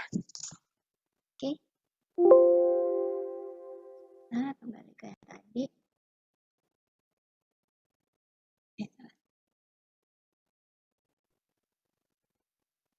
Nah, ini ya, jadi gimana zat-zat itu bisa berpindah. Nah, reabsorpsi peritumbular, Anda lihat apa yang direabsorpsi di sini. 99% H2O, 100% glukosa, 100% asam amino, hampir 100% juga natrium, ion natrium ya, dan 50% urea. Nah, ini yang diserap ya. Sehingga Anda bisa lihat sebenarnya kalau dia masih direabsorpsi bahkan hampir 100% ya, berarti ini menunjukkan bahwa zat-zat ini penting diperlukan oleh tubuh. Nah, bisa tuh jadi acuan Anda ya. Jadi kalau ngasih nutrisi ya ini sih nutrisi penting kan, glukosa, asam amino, natrium ya, sesuai dengan kebutuhannya. Ya, terbanyak proses reabsorpsi di tubulus proksimal. Oke. Untuk sekresi yang terpenting nih ada ion H+, ada kalium dan ion-ion organik senyawa asing dalam tubuh. Ya. Jadi kalau kita bisa lihat di sini apa yang disekresikan itu berarti di dalam tubuh seharusnya dia kecil ya jumlahnya, karena dia harus segera dieliminasi dari zat. Nah, tapi hati-hati di sini seperti kalium ya, walaupun dia dominannya sepertinya disekresi, tapi keberadaannya itu sangat penting, terutama untuk proses ini kontraksi pada otot ya, baik itu otot jantung maupun otot-otot rangka ya. Jadi Anda harus perhatikan di sini, hati-hati pada keadaan hipokalemi, pada keadaan hiperkalemi. Jadi Anda cari aja gejalanya apa saja ya. Kemudian Anda bisa mengimplikasikannya dengan studi Anda ya, berarti kalau pasien hipokalemi bisalah dikasih formulasi gizi makanan-makanan yang tinggi kalium ya. Sementara pada yang hiperkalemi sebaliknya, berarti nggak boleh atau hindari makanan yang banyak mengandung kalium. Apa contohnya sih yang terkenal tuh? Apa? Carilah, saya juga nggak hafal ya, makanan-makanan yang banyak mengandung kalium ya. Nah, itu diperhatikan di sini. Kenapa sih kalium? Pisang. Pisang apa? Semua macam pisang? Ya. Tinggi kalium. Yang hambar tuh berarti apa? Nggak ada kaliumnya. Ya, saya nggak tahu ya. Jadi gini, kenapa kok di sini kalium itu disekresikan, padahal dia itu penting juga kan ya tadi. Nah, ini merupakan mekanisme tubuh kita supaya kalium itu tetap dalam range yang normal. Jadi sempit sekali memang range-nya kalium, saya lupa ya.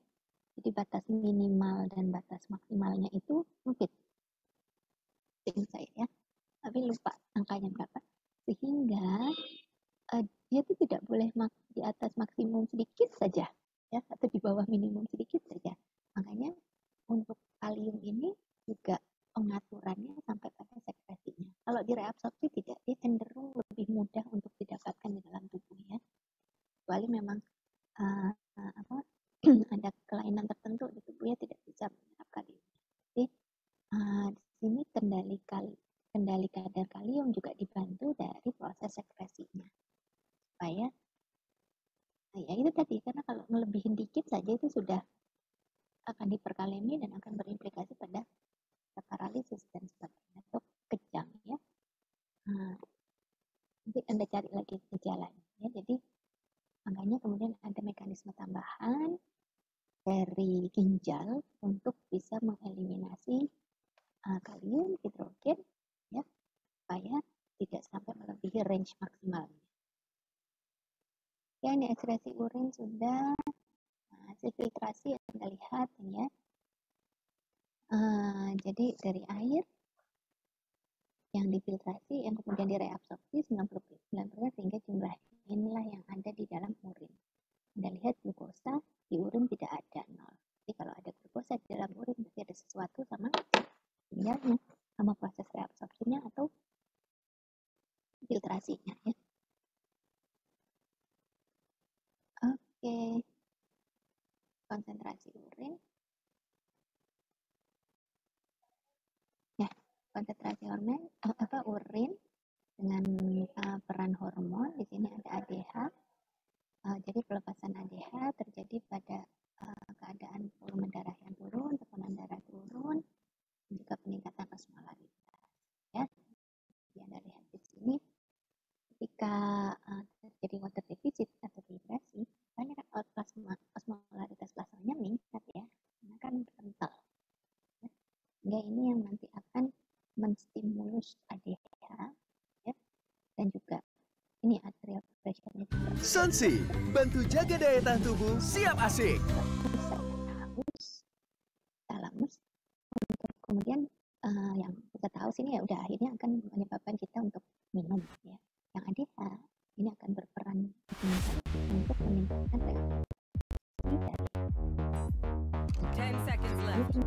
Jadi retensi ya, ditahan, tidak dikeluarkan. Nah, kalau jadi 안녕하세요. 떡볶이는 오빠는 로제 떡볶이, 허니콤보 맛있게 먹겠습니다. 좋아요, 구독 한 번씩 부탁드릴게요. Ya, karena airnya yang banyak, tekanan arterialnya juga meningkat. Nah, ini semua dua hal ini akan menghambat stimulus ke ADH dan juga ke prostat haus. Ya sudah, nggak akan ada perintah ke ginjal untuk meretensi air. Yang ada ya, air itu akan terus nggak direabsorpsi ya, sehingga dia akan terus lolos masuk sebagai urin ya dan diekspres. Oke, nah tadi kita sudah vaskular, sudah tubular, nah sekarang kita masuk ke sistem kanker current medulla. Nah, ini adalah proses mekanisme pemekatan urin di lengkung Henle. Tadi kita ingat ya, bahwa di lengkung Henle itu apa yang terjadi? Makin ke puncak, osmolaritasnya makin tinggi, ya kan? Bisa sampai 1200 miliosmol. Nah, apa yang terjadi di sini adalah sistem kanker current medulla. Ya. Jadi,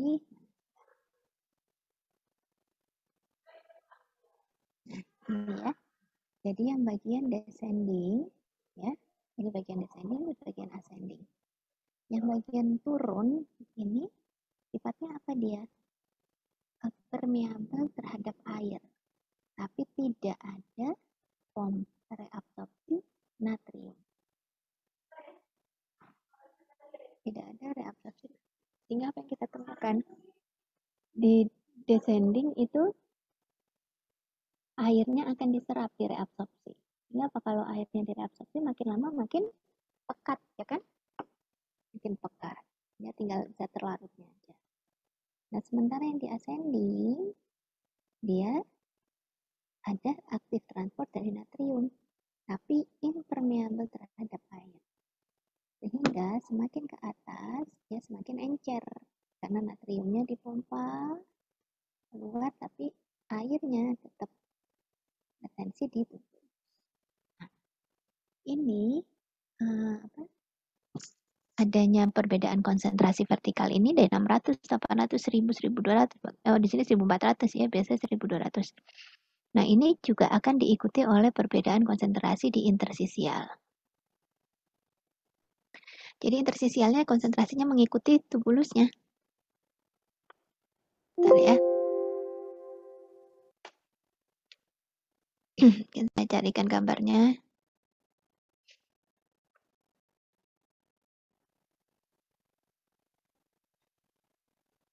Nah, ini ya.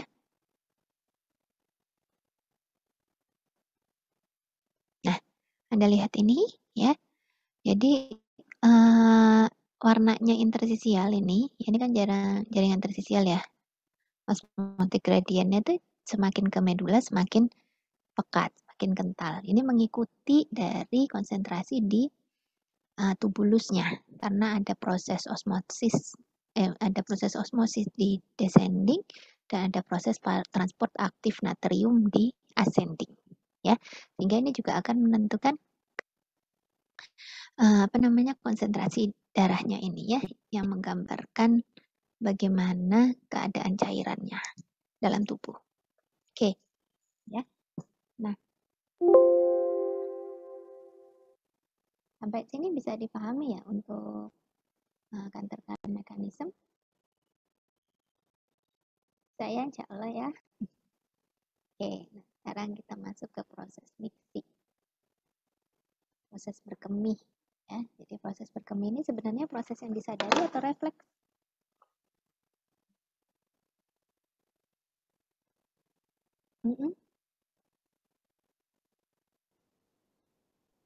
Berkemih, buang air kecil, itu proses refleks bisa kita kendalikan? Bisa kita kendalikan, betul? Refleks, Dok. Apa? Bisa, oke, betul ya.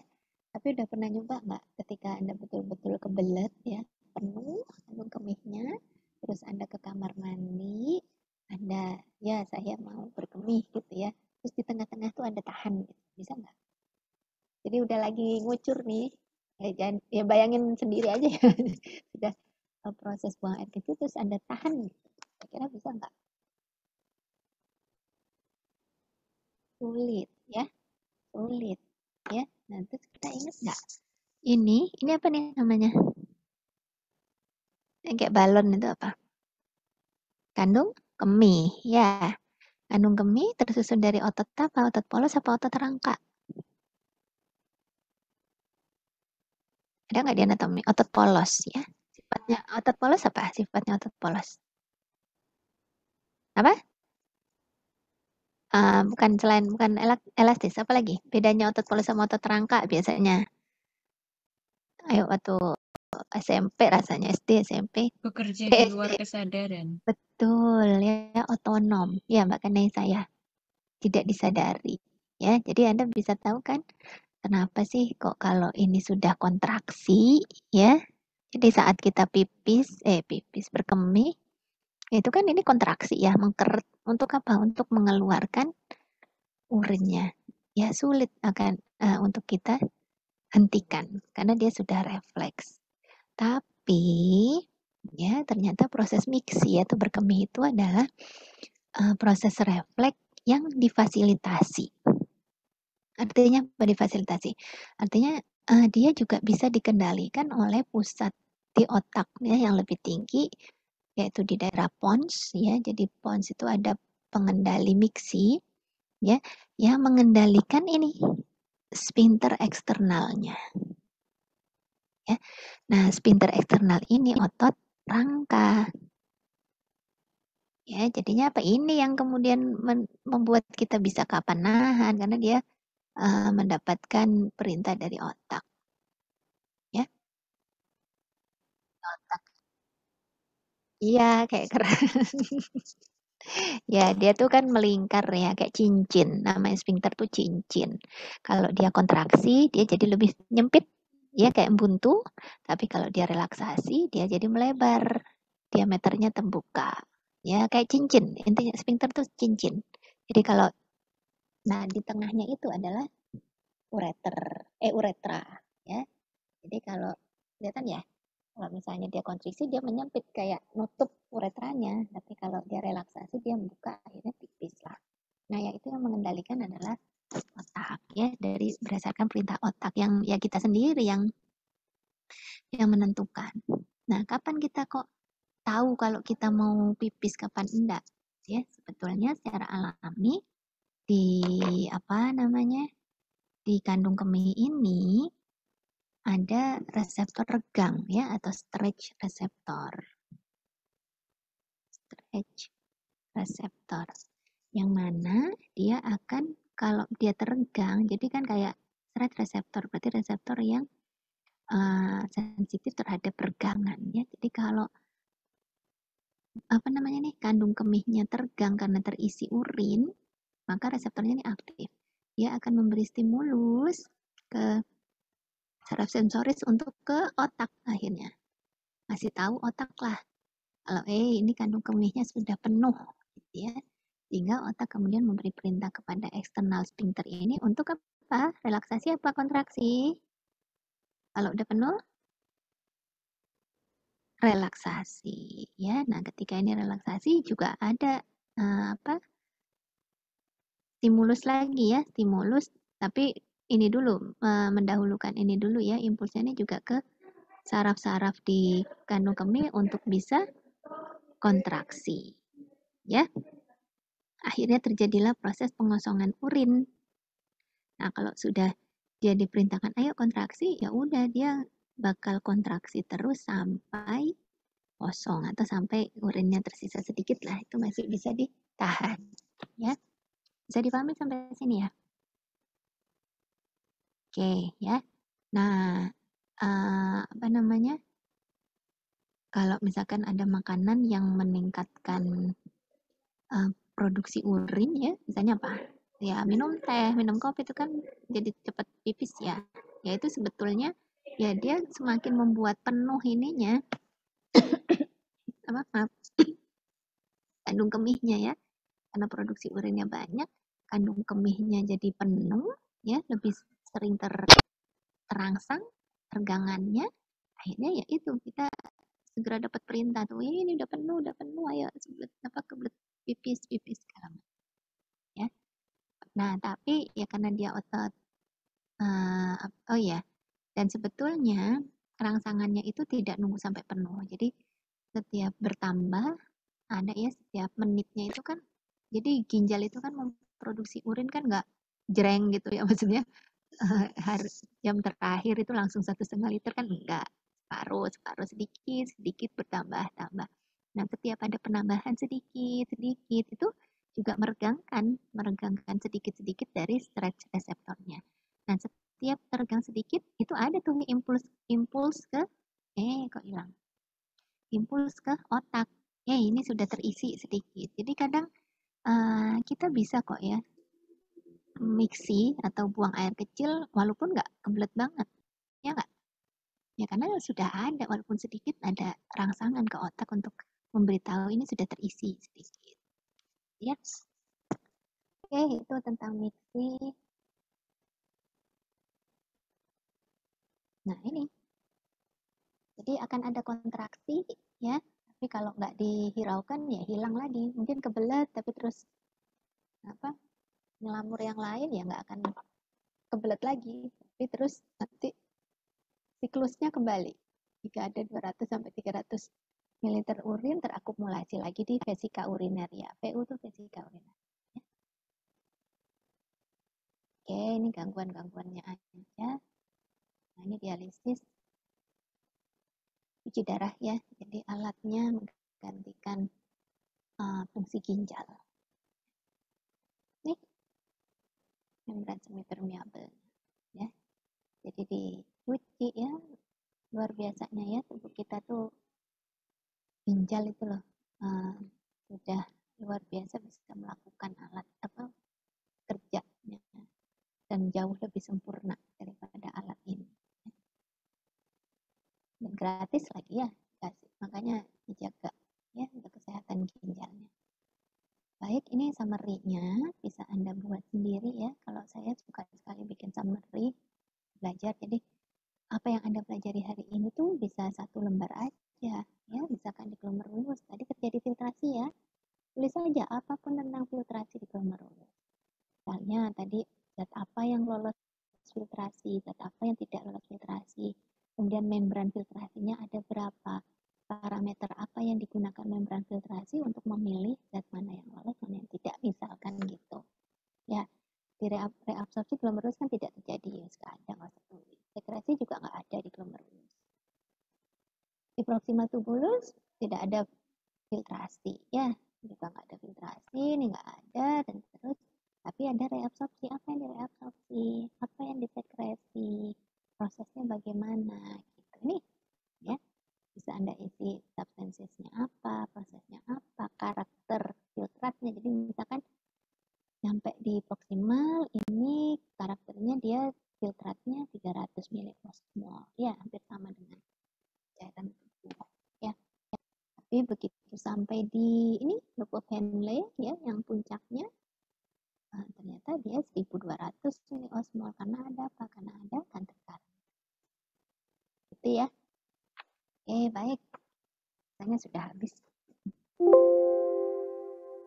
Oke, baik. Sampai sini ada ingin didiskusikan dulu? Enggak ada? Kira-kira punya bayangan apa kaitannya dengan gizi? Ingin bertanya, Dok. Silakan, siapa? Priska. Iya, maaf nggak bisa on cam, Dok. Saya ada 2 pertanyaan mengenai yang diskusi aja ya sama teman-temannya juga ya. Jadi mungkin teman-temannya ada yang bisa jawab ya, biar aktif. Itu, Dok. Yang pertama mengenai tadi dokter kan sudah menyebutkan bahwa konsumsi teh sama kopi itu bikin lebih cepat kayak pengeluaran urinnya kayak lebih lebih cepat gitu ya. Nah, itu adakah zat-zat tertentu yang memacu itu kayak urinnya jadi lebih cepat keluar, jadi lebih gampang kebelet pipis itu? Sama yang kedua tentang anyang-anyang itu. Itu kenapa kita bisa mengalami itu? Oke, baik. Terima kasih, Dok. Terima kasih sama-sama Mbak Priska. Yuk teman-teman yang lain yuk. Tentang makanan yang memicu sebenarnya ini ya, meningkatkan produksi urin ya. Jadi meningkatkan jumlah urin yang dihasilkan oleh ginjal. Jadi kalau jumlah urinnya dihasilkan banyak kan akhirnya lebih cepat terangsang penuh ya vesika urinarianya dan kita menjadi lebih kebelet. Bukan berarti makanan itu merangsang kontraksi dari vesika urinarianya ya, tapi lebih meningkatkan produksi urinnya. Yuk, ada yang mau berpendapat? Zatnya apa? Saya, Dok. Ya, siapa nih? Katarina. Ini kalau pengetahuan saya dari SMA dulu itu kalau mengkonsumsi kafein, volume darahnya itu semakin meningkat. Lalu karena yang disaring semakin banyak, jadi urinnya yang dihasilkan juga akan semakin banyak pula. Oke, jadi kafeinnya ya.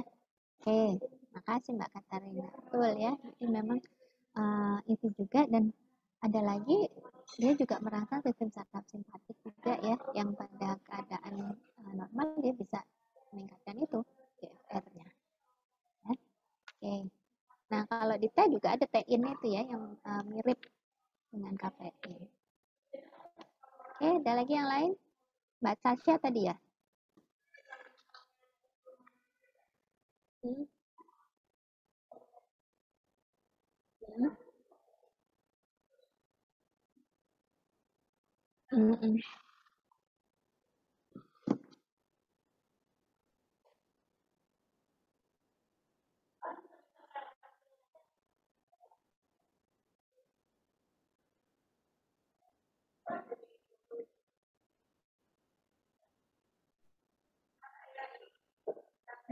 Jadi diuretik di sini memang biasanya kalau kaitannya dengan natrium, garam itu, jadi dia meningkatkan reabsorpsi natrium di tubuh, ya.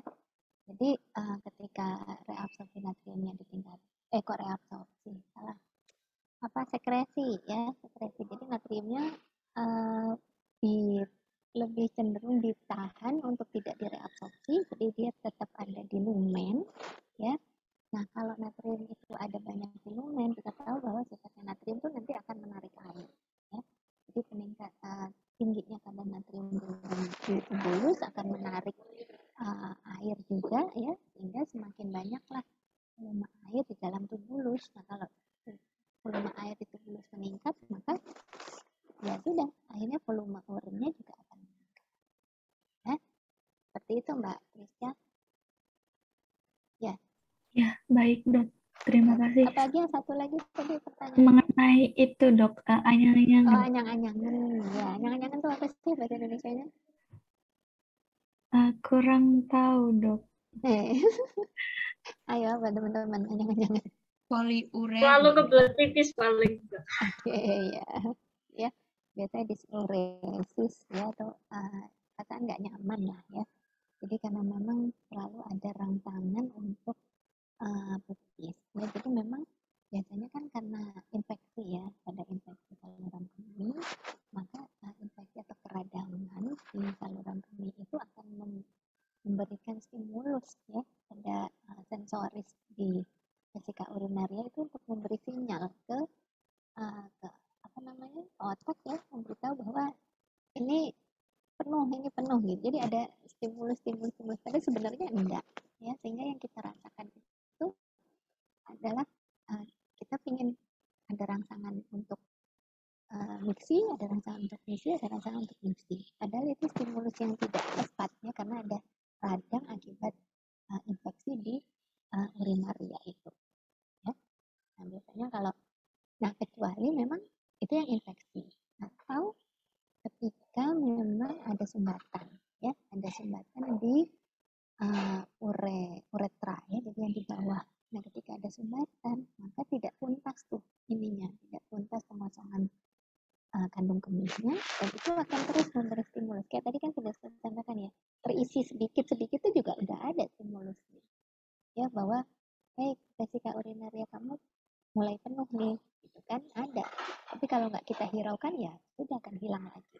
Nah, tapi karena tadi itu nggak tuntas ya, mungkin terhambat di uretranya, akhirnya ada sinyal bahwa nih vesika urinarianya mulai penuh, maka kita akan ada perintah gitu ya dari otak untuk merasakan bahwa kita kebelet, padahal tidak penuh ya, tidak total penuh seperti yang tadi normal itu, gitu ya. Coba kalau Anda rasain ya, mungkin hampir setiap saat kok kita tuh pengen pipis, ya nggak sih? Kecuali memang baru dikosongkan, itu udah nggak terasa ya. Tapi paling 1 jam setelah itu ya, apalagi kalau dalam 1 jam minum terus ya, cepet kok ya kan. Jadi tetap ada rangsangan untuk mixi, tapi ada yang bisa tidak kita hiraukan. Tapi kalau sudah penuh sangat ya memang pasti rangsangannya semakin kuat dan kita ya akhirnya kebelet itu tadi ya.